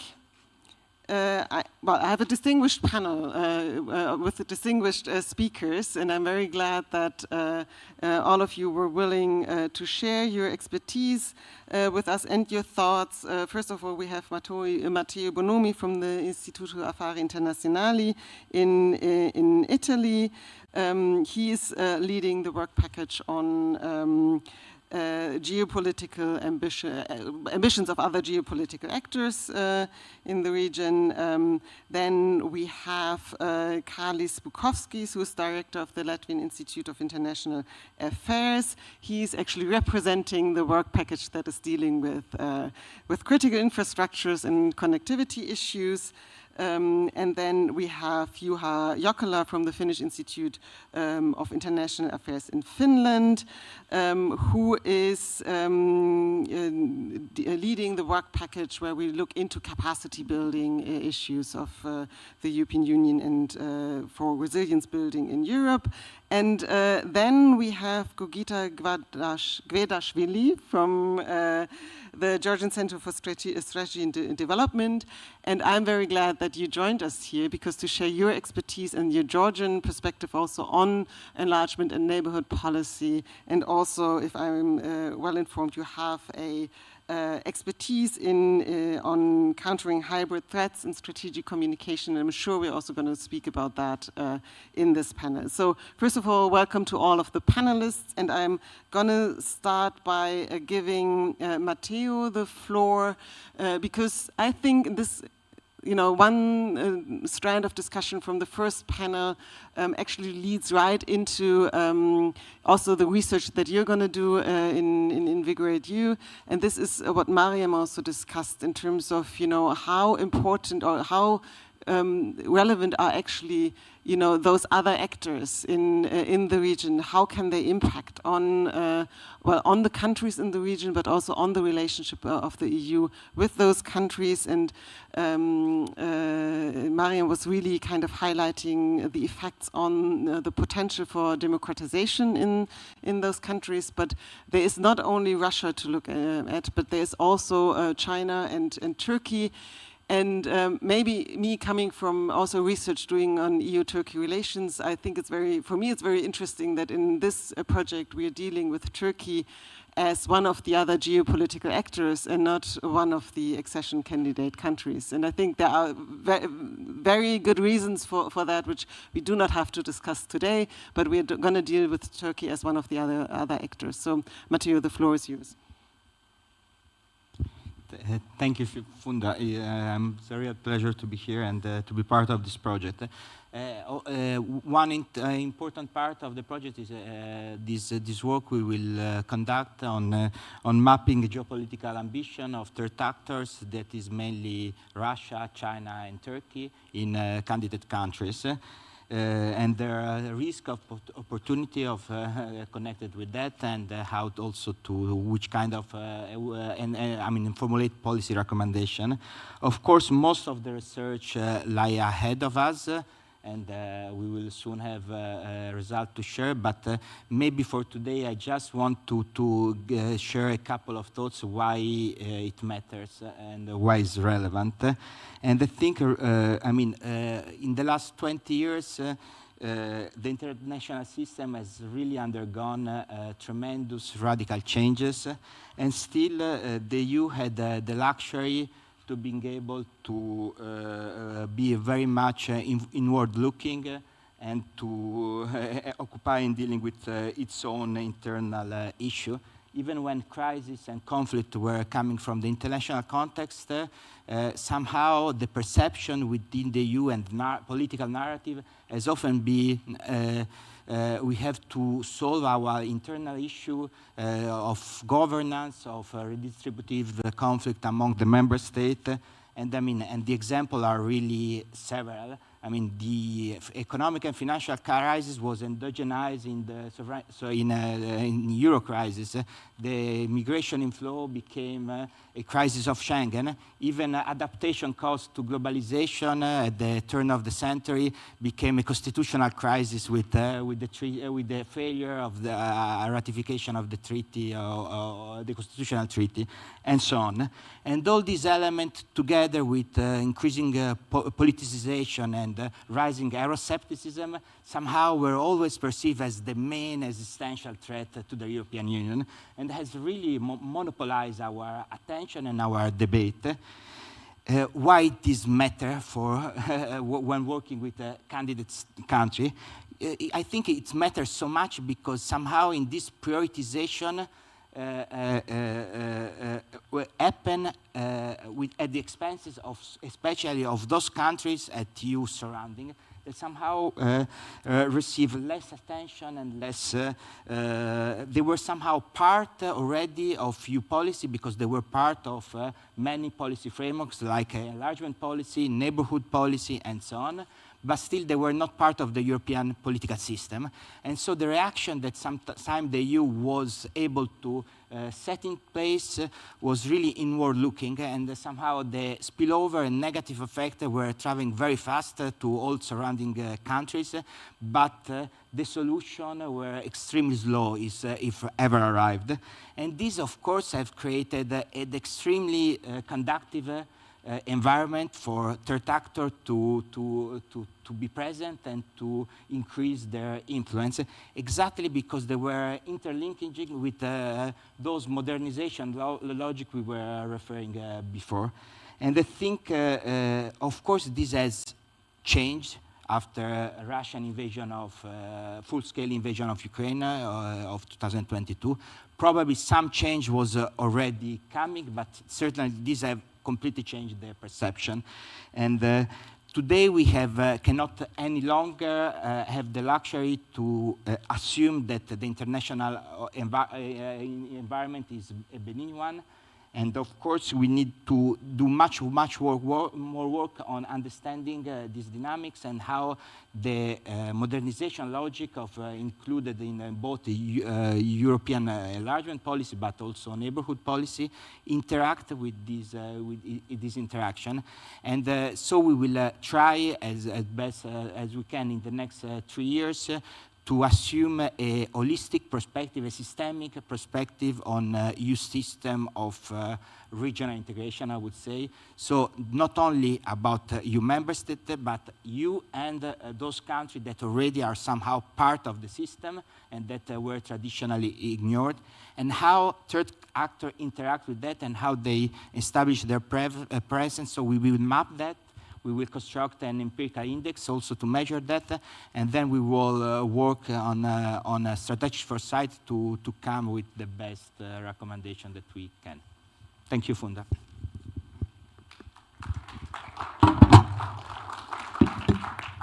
Thank you very much for also being brief. So since we have another minute, I would like to just have one follow-up question. Thinking of Russia, China, and Turkey, could you basically say, so what are, the challenges with regards to those actors? So what are their strategies, basically, or different strategies to engage in the region that we might need to be aware of? In the work we will do, we will really follow the political dynamic, the economic, the dimension, and the social one. So we will somehow follow the classical trajectory in which we have traditionally assumed that the EU exert his influence in third country, but look in the reversal. And of course, there are plenty of examples on all this in all these issues. The most classic. Russia is now so evident that probably we are beyond exerting influence, but they are exerting coercion that it's somehow it exceed the scope of. But of course, we will look more at soft instrument and economic diplomacy, economic initiative. Belt and Road, of course, is clear, and I think it's particularly relevant the economic dimension, because somehow in the kind of reforms that are implied in EU accession process, but also in getting closer relation to EU market, this country have embarked a deep transformation of their economy, but at the same time they are small, open economy that really depends a lot from abroad in terms of financing their consumption, financing their future growth, and so on. And of course, this exposes this country to an extreme vulnerability, especially in time. Probably this kind of link help to grow more when things are going well. But when things get complicated, then it really offers a lot of space for third actor to jump in and to fill the void, especially in the economic sector. And it's really necessary. It's vital if a country has, 7% of GDP of deficit every year. They have to finance it through external actor. And sometimes, if the EU cannot, we have seen how this has been rapidly complemented. So there are this kind of dynamics we want to map better, also to look at the future. Thank you very much, Matteo. Now moving on to another area, what I think is also, well, for me is an area also to look into, because it's security relevant, but it's also with regards to economic potentials and cooperation potentials, maybe even while the enlargement process is still ongoing. And that is really the question of critical infrastructure. So how relevant that is for the region, and how can we use that also for regional integration, basically? So what is the EU's approach? What is the approach in the neighborhood states? and basically how can we go forward together, and what are the challenges and opportunities if you think about critical infrastructure but also connectivity issues. So where are the benefits and pitfalls to look forward to? Thank you, Fonda. Yeah, well, if there is a EU policy and things like that, I guess, well, not really. And I have 3 points, 3 arguments why it's not there. And it's actually quite logical that it is not there, but it's also quite illogical that it is not there. So first of all, the 3 arguments, the critical infrastructure, of course, is being protected as much as it can be. Everything is critical infrastructure, that's the second point. And that Russia's war against Ukraine demonstrates that interdependence matters. So first of all, well, critical infrastructure being protected, why it's being protected, of course, the secrecy is natural. You can understand this, that it's about continued functioning of the states, of the societies, and of the governments. But hiding information from hostile parties, that's quite a normal and logical situation. But hiding from your own partners, that's no longer necessarily the case. And that is much broader. Of course, I'm trying to put it in a diplomatic manner, but hiding information, hiding and competing with your partner countries, being those NATO countries, being those European Union countries, being those countries which are accession countries, doesn't matter in this situation, because there are a lot of things which are need to take the holistic approach to this. But of course, it's always the question how, and how to move forward with this, and public procurement procedures. That's one of the best examples. How complicated it is in the European Union countries to actually come up with things that we're buying together. The 3 Baltic states, we are the best friends. It still is a big issue for us, where and how and what we're going to be buying. And we finally, a couple years back, it took Russia's attack on Ukraine for us to finally get to the point when we're signing documents about common military procurements. Unified understanding of what a threat is another issue. Because, and there comes the most maybe provocative point of my whole speech, but can we trust each other? Meaning, can we trust the Hungarian government? Can we trust the Turkish? Right? That's an issue which is on the table when countries have to be opening up and revealing their deepest secrets. We have that and that amount of this and this procured for this and this. Well, this is the infrastructure, how we're protecting it. So there comes the question. Do Americans reveal information to Europeans? Right? It's all there. Why? Because, well, everything is a critical infrastructure. So that's the second point. Because the governments not only tend not to trust each other, but they also tend not to trust their own people. And that's an important thing. Communication is a critical infrastructure. It's part of the critical infrastructure just to communicate and tell the people that, well, you know, it's not only about how much reserves do the military have, where they're located, how much gasoline and other provisions are we holding where. It's the question of, are we going to have hospitals functioning? Are we going to have internet functioning? And internet in this case is not only for the communication with the citizens, it's also for the entertainment. In the X hour, it's a matter of what do you give children to do when there's something happening? How do you calm them down? It's as blunt and as scary as this. And so in this case, what we're going to, that we have to keep in mind that it's telling people where the bomb shelters are is one thing, but telling people that, well, do you believe that the financial system is going to be safe in the situation? Do you have reserves of cash? And that's one of the things that cash is becoming part of the critical infrastructure, and people are, therefore I don't believe that we're going to see the moment we're going to be a cashless society that soon, just for the simple reason of what in case the banking sector no longer operates. And this is where I'm coming to the businesses, because a lot of things are not necessarily related only to the government. It's not only the government's job, it's the businesses who control, private entrepreneurs who control critical infrastructure and who have to understand that at the X hour, they will be responsible. Have they enough defense structures in place in order to basically allow the society to keep functioning? So to some extent, academically speaking, securitization of everything, right? So everything can be securitized, everything can be applied in a security angle to this, and maybe this is the case, because we have to keep in mind that it's a much broader. And the third, and I'm finishing with this very quickly, Russia's war against Ukraine shows a lot of lessons. Lesson number one, Starlink was essential.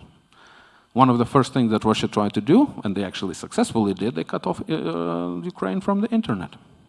If not for the Starlink, we would not see the horror that the Russians were committing and the scale of the war that they were engaged in. So in this case, that's the first thing. Then another, Russian gas transit via Ukraine. That's a peculiar case of Benjamin Button, right?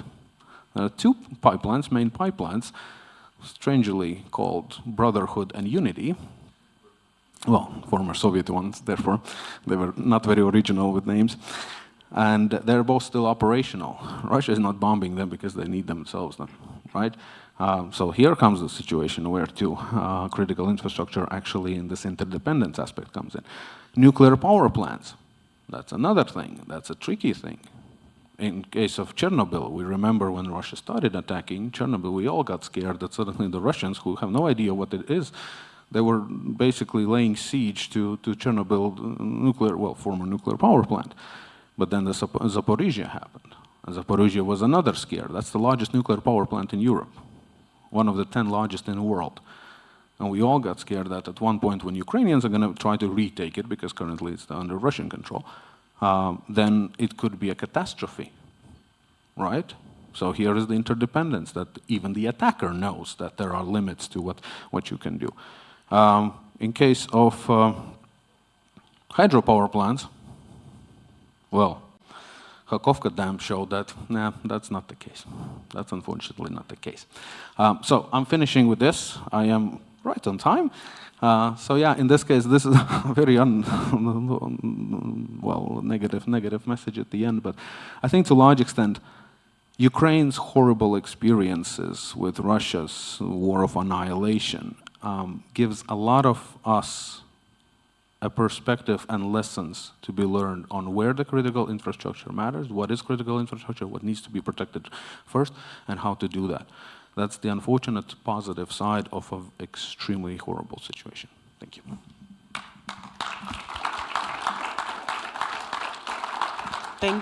Thank you, Carlos.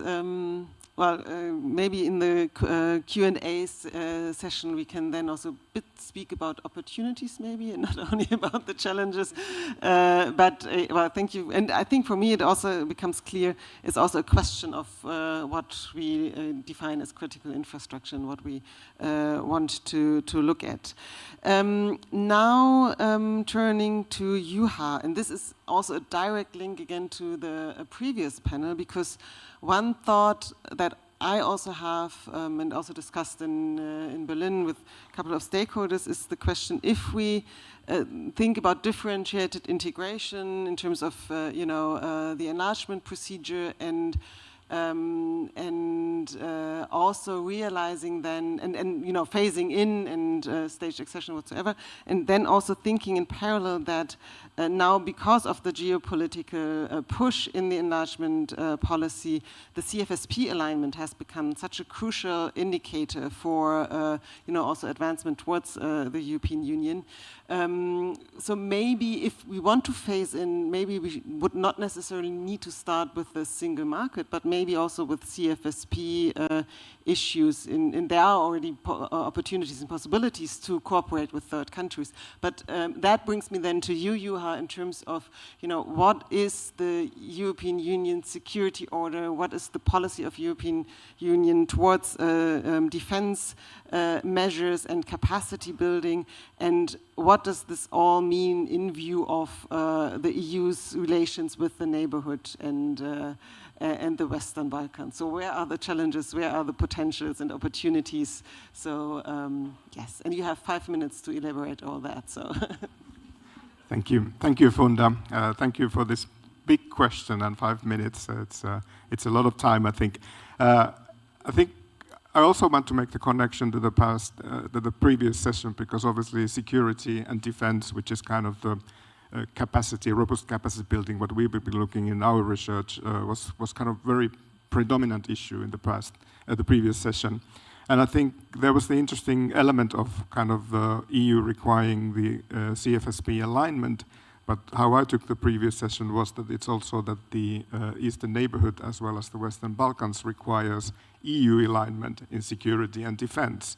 And this, of course, is related to the past mistakes. We heard that the German foreign minister has said that there cannot be grey areas. And of course, we now all understand that because there's been these grey areas, it has been an invitation to use military force, and the Russian full-scale invasion is the gravest kind of factor of that. But of course, this is a much broader question than the EU. It's about the European security order. It's about the key European security actors. So it actually brings in the United States, the UK, obviously NATO as an alliance, and then of course EU has its own role there to play. EU has been an actor more in the kind of the soft security side, but of course we all know that already before the war and now during the war, EU has been building capacities and taking steps towards the hard security element. So I think the argument what came in that does enlargement make any sense if the security and defense of the accession countries are not taken seriously brings me at least kind of three observations, and I think the first one obviously is that it doesn't make sense, and the EU now has to also work in that field. Also given the kind of the changing geopolitical landscape, which we kind of recognize as one of the key challenges of our work, because we don't know what happens during this war. First, in the battlefield in Ukraine, how that outcomes, what might be ahead of us, might have shape the geopolitical landscape, security landscape in Europe.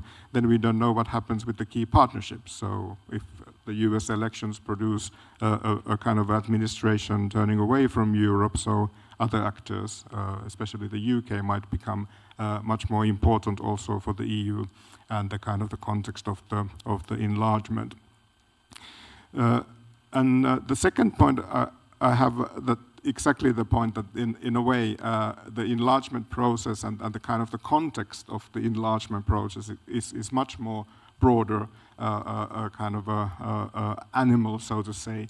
So this kind of territorial defense, security and defense questions should go hand in hand with the enlargement process. And this is something that the EU has to approach also in terms of turning into the key partnerships in the security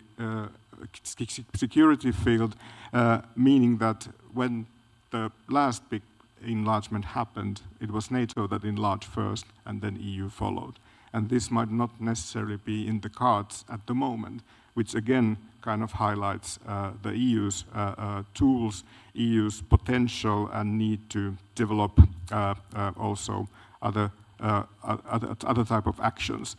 Then, of course, there is the question that, you know, if the US commitment to the transatlantic security relations changes, so obviously the first kind of group of countries or the first place to look for security and defense assurances and guarantees would be obviously the E3, meaning France, Germany, and the UK. And of course, this is something which again kind of highlights that the kind of a broader context of security and defense when we discuss enlargement. But then when we come into the kind of the EU and the enlargement process, I think there are, however, elements what needs to be discussed and also addressed. And we already mentioned the kind of the frozen conflicts, territorial disputes that all of the three accession countries have. And this is, of course, something where the EU and the enlargement process actually has tools. And we heard already about those models. But of course, the discussion hasn't been going on how to actually in practice work around those very difficult questions and what kind of models to apply.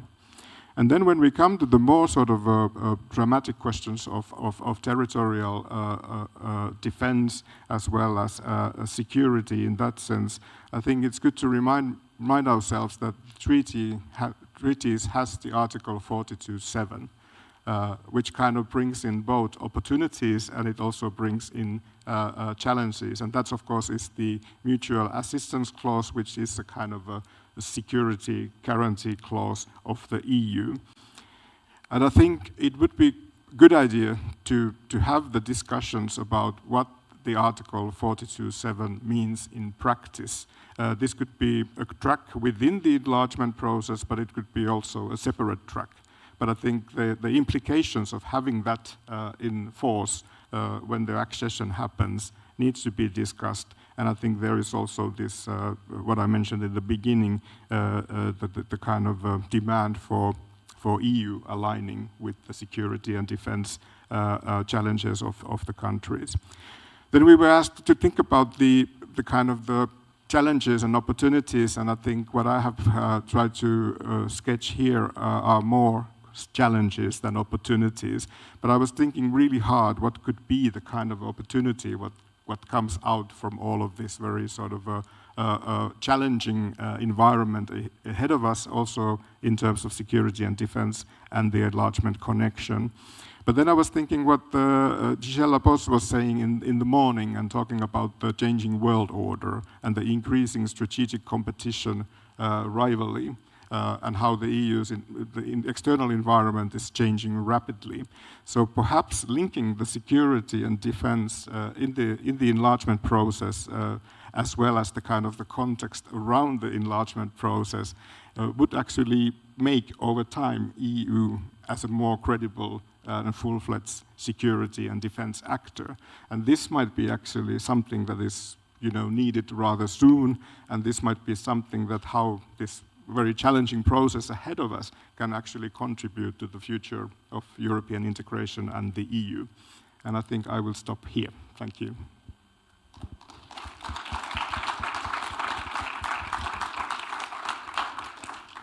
Thank you, Juha, for these thoughts and also for trying to find the opportunities in all of that. So we can definitely discuss that later on. So now I'm gonna give the floor to Gogita for actually coming in with the Georgian perspective in terms of where do you see the challenges, geopolitical challenges and opportunities in the relationship of the EU with Georgia and with the other countries, and also with the enlargement process then being part of that relationship. Thank you very much. It's a great pleasure to be a part of this important discussion, and thanks for the organizers for such a meaningful event. I know that today we had a lot of security discussions, but when we are speaking about geopolitics and speaking about Georgia, of course, one of the key challenges, it's about the national security obstacles that Georgia face and that are coming directly from Russia. So overall, Russia's full-scale invasion in Ukraine has significantly challenged not only geopolitical situation in Europe, but also in South Caucasus as well. The Russians' traditional hegemony has been questioned, and we have seen some large-scale war in Caucasus between Armenia and Azerbaijan. That has been a huge challenge, huge security challenge for the regional sustainability and development. And again, Russia's peacekeeping operation, we are invaded in Nagorno-Karabakh, and a number of experts now think that maybe the Russia's influence in the region has been even more increased rather than questioned after the peacekeeping initiative in Nagorno-Karabakh. In response to the Russian war, we have seen that Georgia was granted a candidate status, and accession negotiations has been started with Moldova and Ukraine, and I believe this has been an important signal for not only to those trio countries, but also the other Eastern Partnership countries as well. And we have seen just a couple of weeks ago, 2 weeks ago, the Prime Minister of Armenia has mentioned that now the European Union is actually our borders, and he highlighted the role and importance of cooperation with Georgia and starting the strategic dialogue. And I believe that there's a lot of opportunities in the region to make sure that building bridges between the countries and somehow work more on conflict resolution and ensure that within the engagement of the European Union, there can be much more interest about the trade, economic development, investment, and overall, more than ever, I believe that the Caucasus and the we see the growing interest from the European Union, and demonstration of this once again was the European Union's mission in Nagorno-Karabakh, which was focused on the peace building and the conflict resolution. And once again, just diversifying the energy resources and transport corridor can be the key interest for the European Union. And this was well demonstrated during the first wave of the sanctions, when the European Union had a crucial importance of diversification of the energy resources, and we have seen an increased cooperation and partnership with the Central Asia countries. As for the Georgian context, 20% of our country is occupied, and constantly we see the kidnapping of Georgian citizens from the near the occupation line. And of course, this is a maybe not demonstrated hybrid war, what we see from the European Union, but it's not only against Georgia. And I believe that we see the same hybrid war against the European Union from Russia's side, at least during the last decade. And if you really want to win this war, it's getting more and more crucial to equip with the means and tools and take more decisive steps. I really hope that shocking experience about the Ukraine and Russia's war against the Ukraine will be enough about our geopolitical awakening, and somehow you and other countries, such as trio countries, will think about developing more comprehensive defense policy and make sure that Georgia, Ukraine, and Moldova are also accordingly integrated with the European Union security and defense policies. Because what will be the outcome of this war, I believe it will define how it will be the international security environment in next decade. That's why to my understanding, the language Russia understands is the power, and you should have to really demonstrate the ability and demonstrate the readiness to take action and to take more decisive steps to effectively deter Russia. Without it, I believe not only Georgia's future and security risks and Moldova's security risks will increase, but also this will be a significant challenge for the European Union itself. I also should have to touch the internal developments in Georgia, I guess, and of course the country should have to develop and countries should have to focus on the implementation of the EU recommendations and also demonstrate a significant progress in terms of the judicial reform, anti-corruption reform, also meet the expectations about the, very soon we will have a parliamentary election, and it will be strategically important to meet the expectations of the European Union and make significant progress in terms of the human rights, in terms of the media freedom, elections, and etc. So one of the key challenges that remains on the agenda is polarization, and I strongly believe that we, especially when we are speaking about Georgia's European integration, the country needs to have more inclusive policy-making process, that different political parties and civil society organizations have an opportunity to contribute in this process and take their positive role.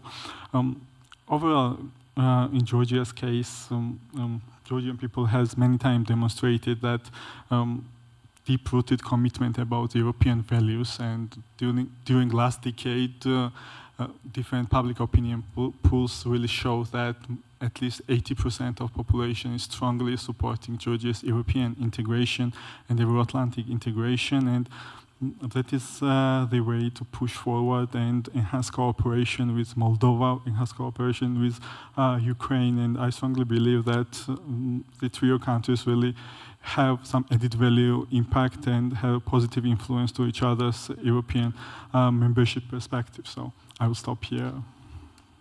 Thank you.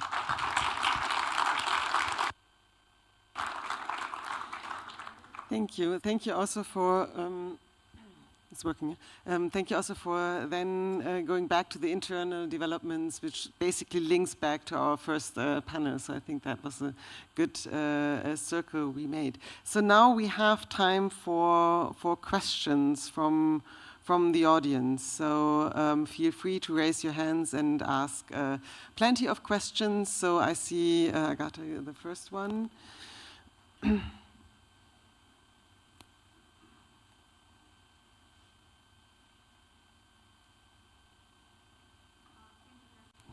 And if you could introduce yourself. Yes. Oh, yeah, it's working. Thank you very much. Agata Mazurkiewicz, Jagiellonian University in Kraków in Poland.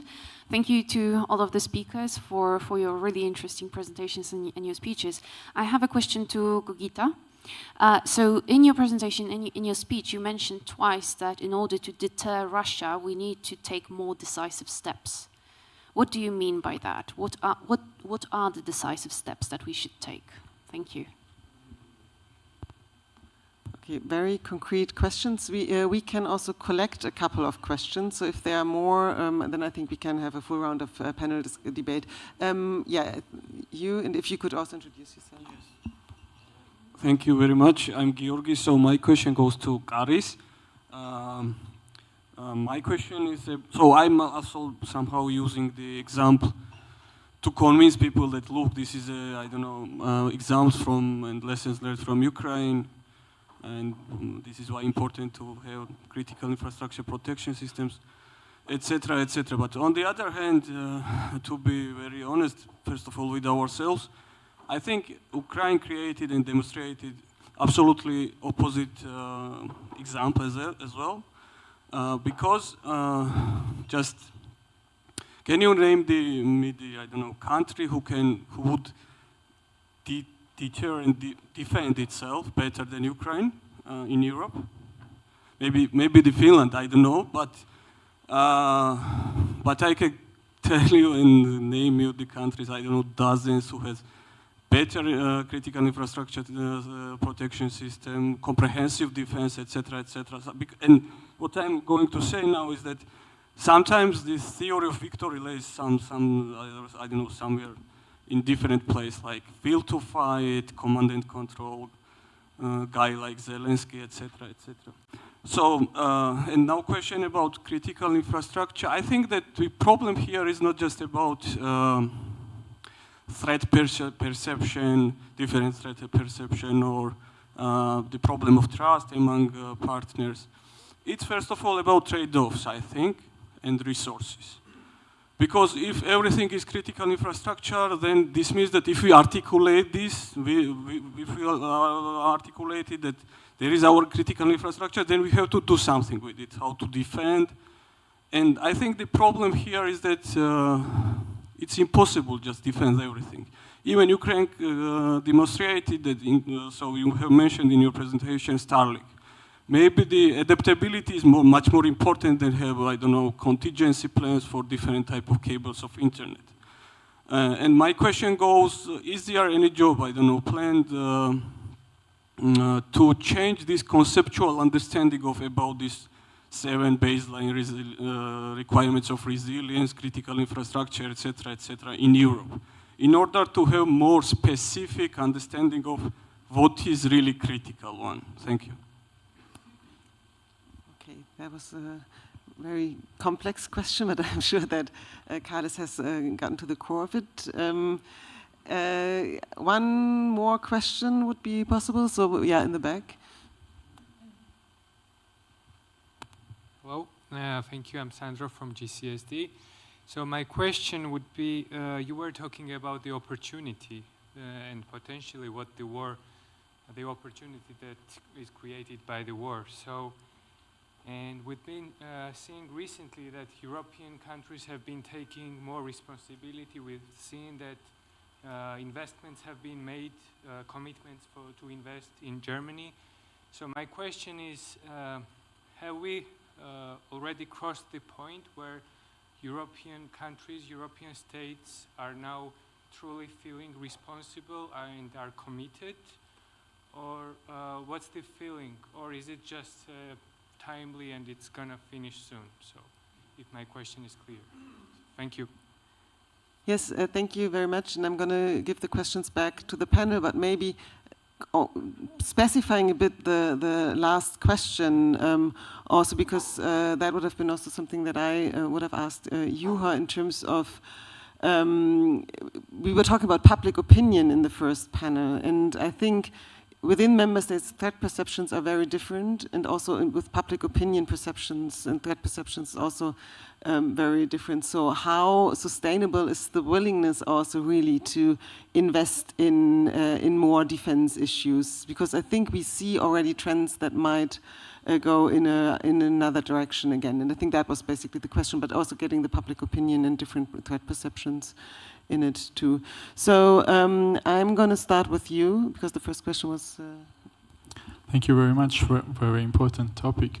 The easiest way, I believe, is just to see the military expenses, what the EU countries are, number of expenses of the EU countries, and for example, Russia. Next year, I guess 1/3 of Russia will have all military expenses, and before the war in Ukraine, average expenses for the military equipment and overall security and defense was around 1%, and which I believe is not adequate about the security challenges European Union and modern countries face. We speak a lot about the hybrid challenges.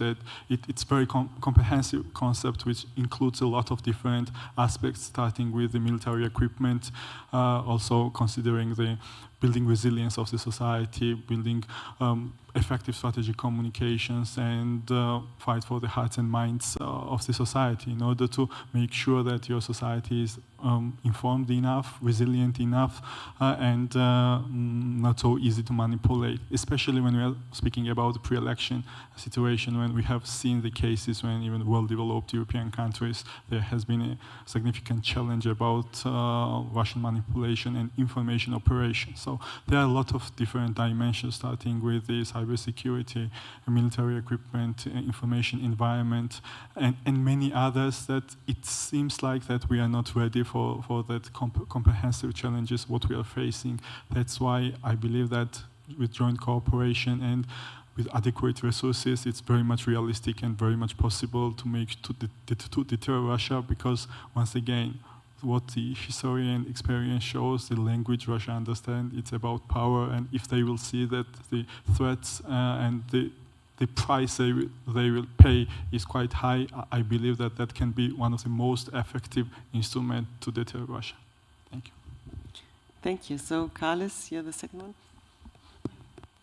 Sure. Thank you. Thank you so much for 4 questions, and for the 5th as well.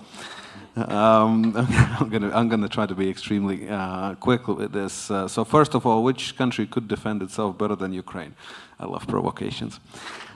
None and all. That would be my answer. We could go into specifics and start looking at the countries. Well, France, obviously, it has nuclear weapons. It has a nuclear deterrent. Okay, so here it goes, if you're asking for one single country. In Europe, well, Switzerland, technically, right? Nobody has tried to take it for centuries, for obvious reasons. The resilience has been built up and constantly upgraded for decades and for centuries. So it's not easy. Why I'm saying none and all, because, well, one thing is that Ukraine was taken by a surprise attack. It was still Ukrainian position until the very last day. Keep in mind, on the 22nd of February, Putin announced that Donetsk and Lugansk republics are going independent. On 23rd, Zelensky announced that, okay, we're going to start a mobilization, which is going to last about 30 days. On 24th, Putin attacked in a full-fledged war. So there's a question. Did Ukrainians just wait until he's going to do that? Maybe they did not believe in that fully.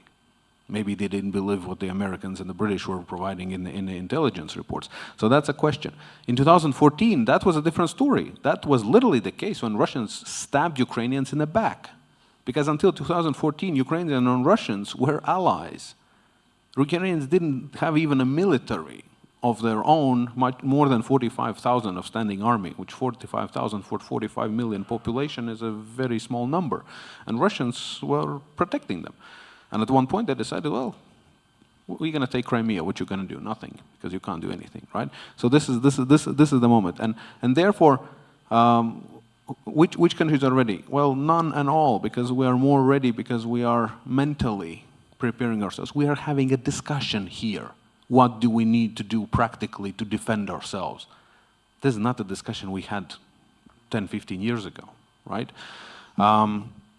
We weren't even calling out Russia as a potential aggressor back then. Will to fight, and in Europe, I think it differs from country to country. It's obviously the difference from country to country. More south you go, further from Russia you go.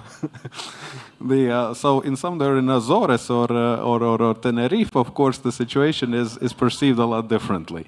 But I think Ukrainians have shown something essential, and I think in the Baltic states this is an important thing. I have been saying this very, very often. We have been called Russophobes, and I am saying phobia as a fear, and the original term of fear, being afraid of something. We have been afraid of Kremlin's policies, right? And we have been constantly saying this. Yes, okay, call us Russophobes if you want. It's not about the Russians, it's about the Kremlin's policies, and always has been. But again, the fear is the thing which Ukrainians and their success has actually taken away from us. So much as we have been cutting ties with Russia and dealing with our few remaining Soviet legacies, this is somewhat the situation which has been developing very, very rapidly. The reason is that we no longer fear Russia as much as we used to, because this fear of unknown. Russia has lost this thing of nobody knows, second largest army in the world, what they can do. In history, they have been so magnificent and whatever else. For us, they have been committing atrocities, and we have been the ones who have been under the occupation and everything else. And so it builds up over generations. And now Ukrainians showing that, yeah, well, we can fight the Russians. That actually is taking away from us the fear, and from Russia, it's projection of your capacity to project fear, right? The third question, threat perception and trust among the partners. Among the partners and the population, can we protect everything? My answer is yes, we can protect everything, because therefore I started with communication is important. Communication is one of the elements of critical infrastructure. Understanding of critical infrastructure is critical infrastructure. Because if people do not associate themselves as stakeholders in this whole situation that the country is, that they think that it's only the government's business, government is going to protect us, I don't care. Well, they're going to tell us where to go when the bombs are falling. We don't understand that they are the ones who actually are in place to, and they have been instructed and told that in this and this situation, you go there and there and there, you do this and this and this. You start thinking about the reserves, you start thinking of where to go. On the domestic level, in our case, a lot of things have been changing. Yeah. Two more questions. But be brief, because we really... So yeah, one of the things which our society, I think, let's use the Latvian case, we were shocked, and when we were like, yeah, okay, fine. The government just issued a decree in case of the next hour they can commission our cars, our private cars. Like, what? I worked so much to get that car. What does it mean that they have the right to take that car away from me? But then you kind of think that, yeah, okay, at that point maybe I'm not going to even care about the car that much, about saving the lives. Saving the lives, and this is important. What is there to protect? You asked, what is for the European Union there to protect? Lives, and then economy. First of all, and this has been the policy of the European Union, to mitigate the Russian attack on Ukraine, and Russia in the form that Europeans don't have to go and fight, that nobody else, and that as little as possible Ukrainians have to go and fight against the Russians. And that human life is still, in my understanding, call me utopians, but it's still at the center. The second thing is economy. Just, you don't want to destroy the economy. There are a lot of accumulated assets that nobody wants to get stolen by somebody from Russia. Yeah, investments in the budget, and this is the moment. This is the understanding. This is the moment. I understand the German Zeitenwende completely. Japanese are going through the same thing. I once actually was in a discussion with Japanese, and I was using the German example. And this is going to be an extreme provocation. I know that German colleagues are going to probably murder me afterwards. But for these two societies, why it is a major change? Because these two societies actually have to learn that they are on the good side. And that's a huge mental change. For us, it has been, for many of us who have been in different situations, this is not the case. For Germany and Japan in particular, you're on the right side of the history this time. And that's why it is such a big thing. Now I'm ready to be. Okay, thank you. It was an extensive answering of a long list of questions. So Juha, and then I'm going to also give Matteo the opportunity to intervene. Yes, I'll try to be brief. What it takes to deter Russia, of course, this is a question that the Finns have been asked over and over again. I think there is a kind of a solution. You just look what has happened during the past 2 years.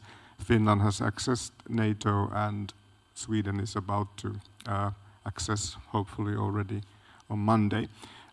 This means that, and what I try to talk about is in a way that we are talking about the broader question here, the European security order, and now when it's not built with Russia, but it's built against Russia, it's a much broader question than what the EU can kind of solve.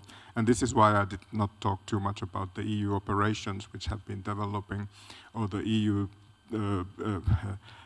peace fund and all of that, which is important, but it kind of fails to see the big question behind the enlargement, or hanging above the enlargement process. I think the question on threat perceptions is really interesting because, and it relates to these couple of big research projects as well, looking at the European strategic cultures and whether we are moving towards a more sort of a unitary strategic culture.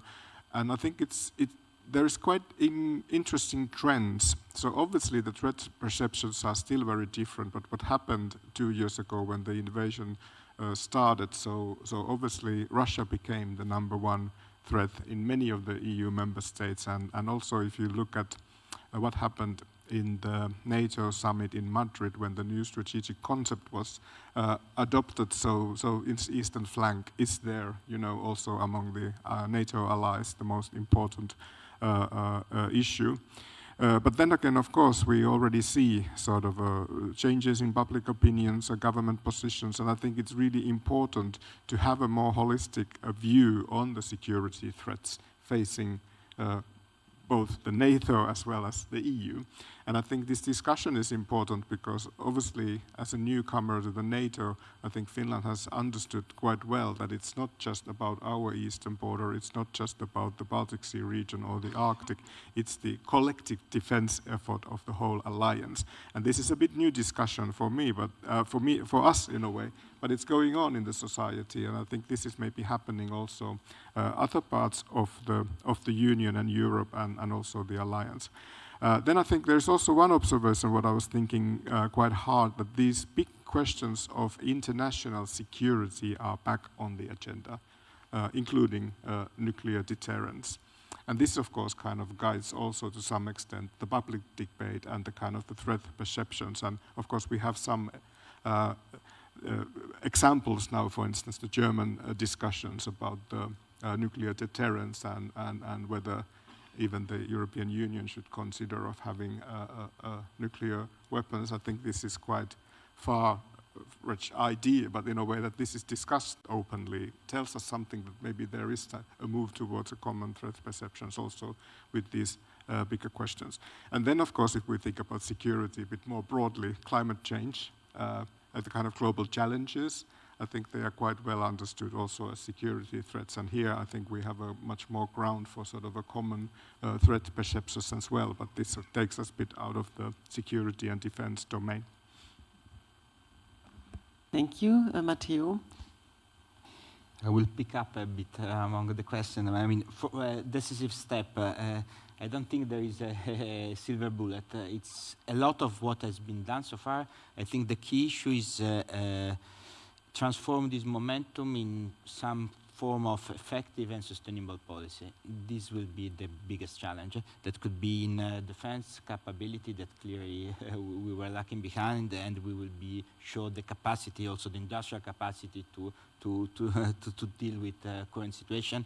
But it has to deal with, of course, critical the analysis. What is, of course, there is always not all infrastructure can be financed the same way, because security is important, but also the economy is important. We will have to find some balance among these two priorities.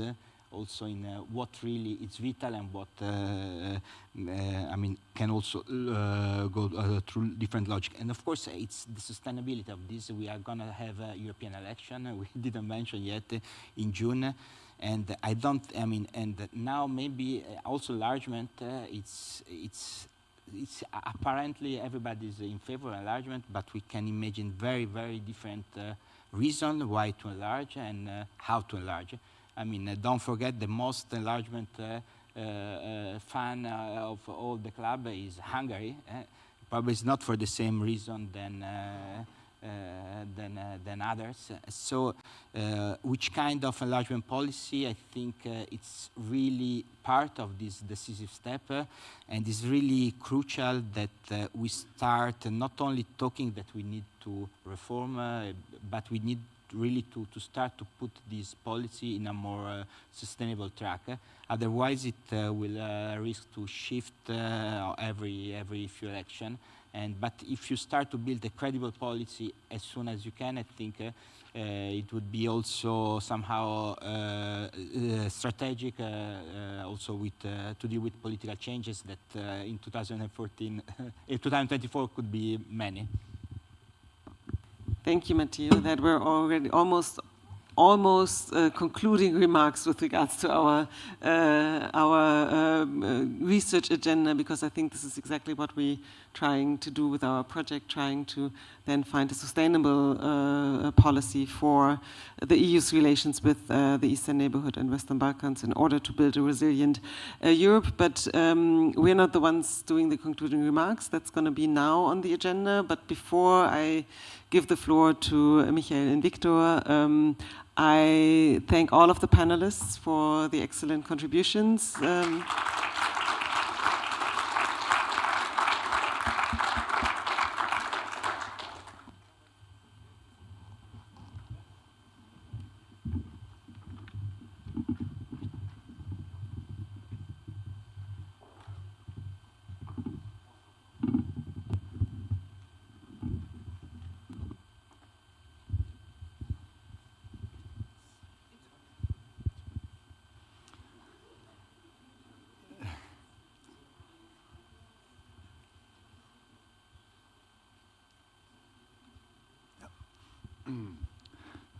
Thank you very much for the invitation. I'm Victor Urguete from CIDOB in Spain.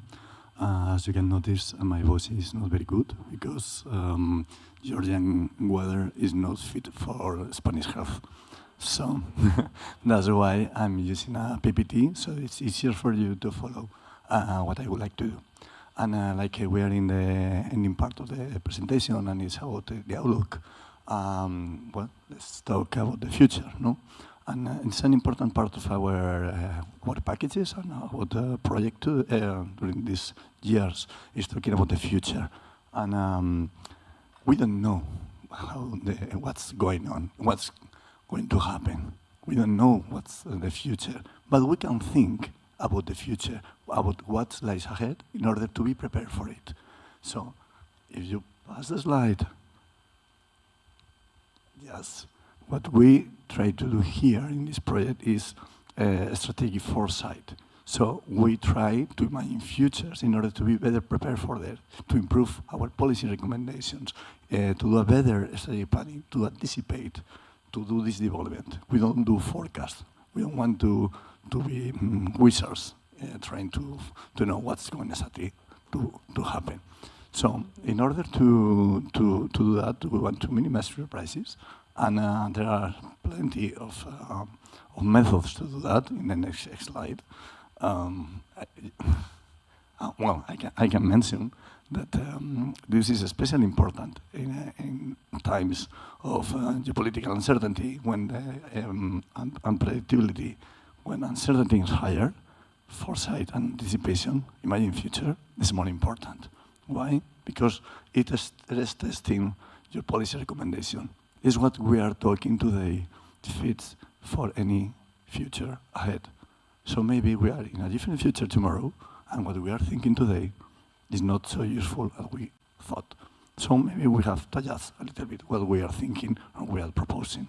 It's also interesting because in the process of imagining the future, you also find out new opportunities and discover new challenges, so you can also adapt your preparedness. And also, when you have this forward-looking policy and actions, you also can imagine a better future and then prepare for the future you want. Okay? So I will tell you a little bit the options we have and what we have decided to do in our project. Okay, and of course, you cannot see it because it's below the chairs, but it says in the last sentence that this requires a multidisciplinary approach, constant feedback, and embeddedness of the political cycle, which means that it's not an ivory tower project. It's not just an academia, but it's a connection between academia, the policy, policymakers, and the political and the social community. So we have these discussions. We share our thoughts. You share our thoughts, and we build together the resilience.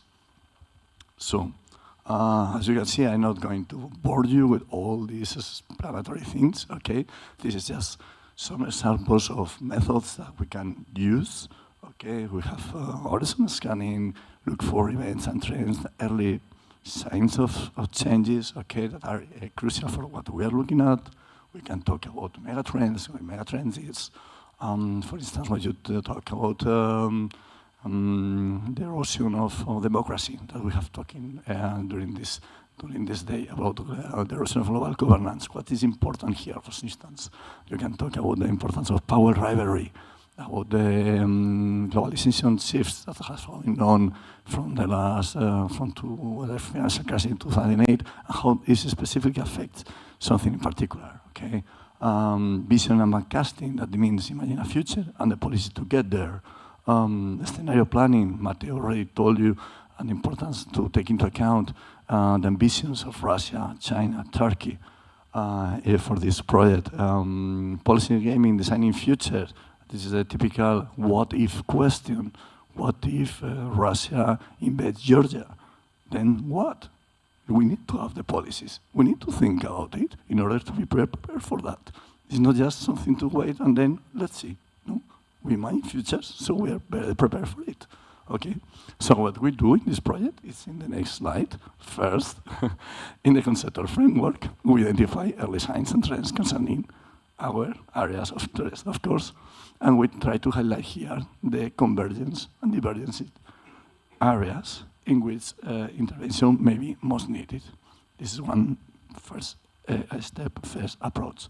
The second thing is the scenario planning, that is in the next slide, and we will do it with Matteo and the work package, okay, and we explore the ambition of Russia, China, and Turkey. Why? Because the objective is to formulate a strategy options for the European Union and its member states. So we can address this other rival agenda. Again, so we imagine future, we build a scenario in order we can respond better. And finally, another important thing we do in the next slide, it's explained, we elaborate forward-looking visions and toolkit. So at the end of this project, we take a stock of all the discussions, of all the work packages you have been working on. And we identify, okay, what do we need to belong?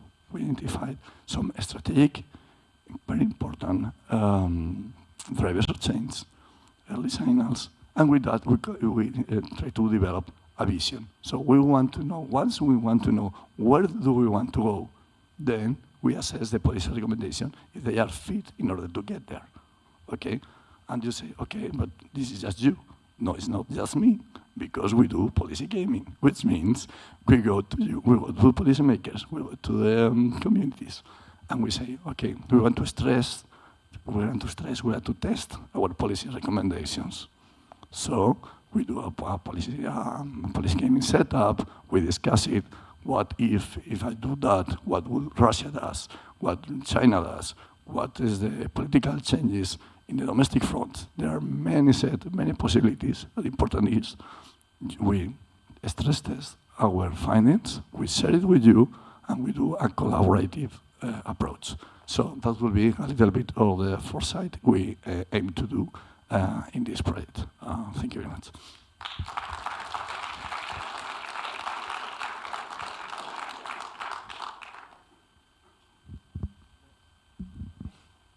Thank you very much.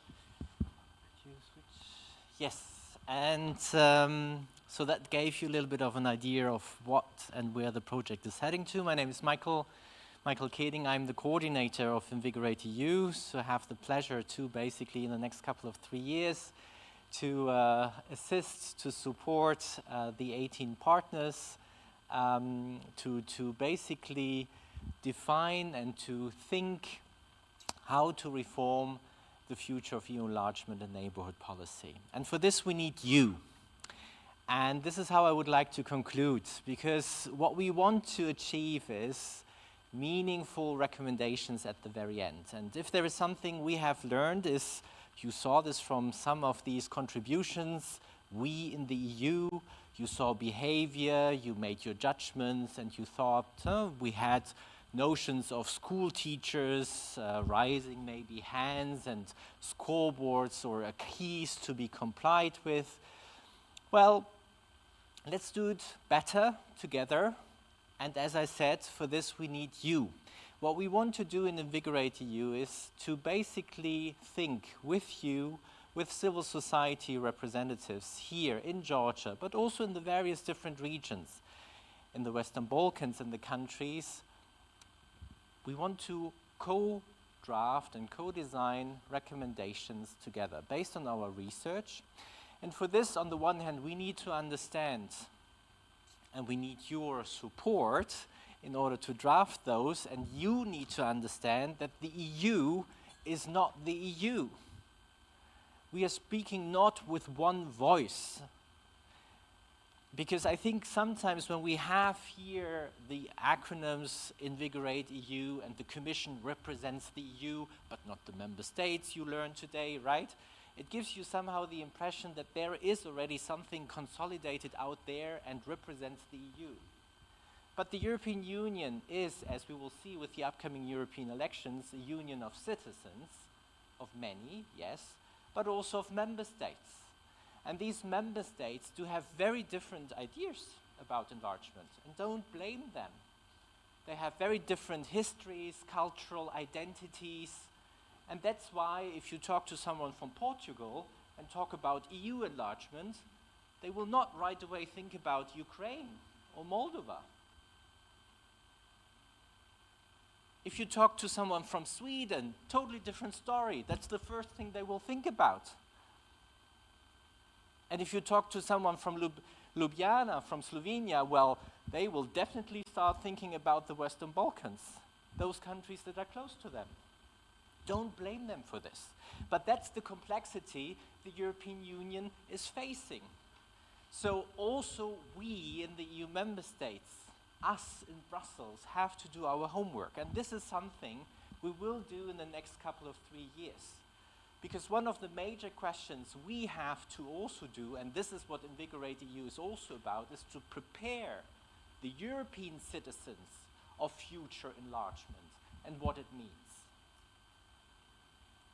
Because there are very different reasons why member states, why EU citizens believe in the European Union. For some, it's security right away, has always been in Finland, because for obvious reasons. But for Portugal, it has been a very different reason, or the Netherlands. That's what we mean by united in diversity, you see? And this is something we will develop in the next couple of 3 years. And we need, as I said, your willingness to help us. Georgi, the PMC here on the ground, will be the contact via which we will basically, hopefully, have your research, your thoughts feeding into our ongoing work of Invigorate EU. And we, at the same time, will have to co-design basically the answer how an enlarged European Union will make the European Union more resilient for the future. And we will have to develop different narratives for this, because it will be not only about security. You will not win this conversation or this narrative in some EU member states. For these member states, you have to develop other narratives. And this is something very complicated, yes, but this is something we will, together with your help and together with your support, develop in the next 3 years. And with this, I would like to conclude here this open session today.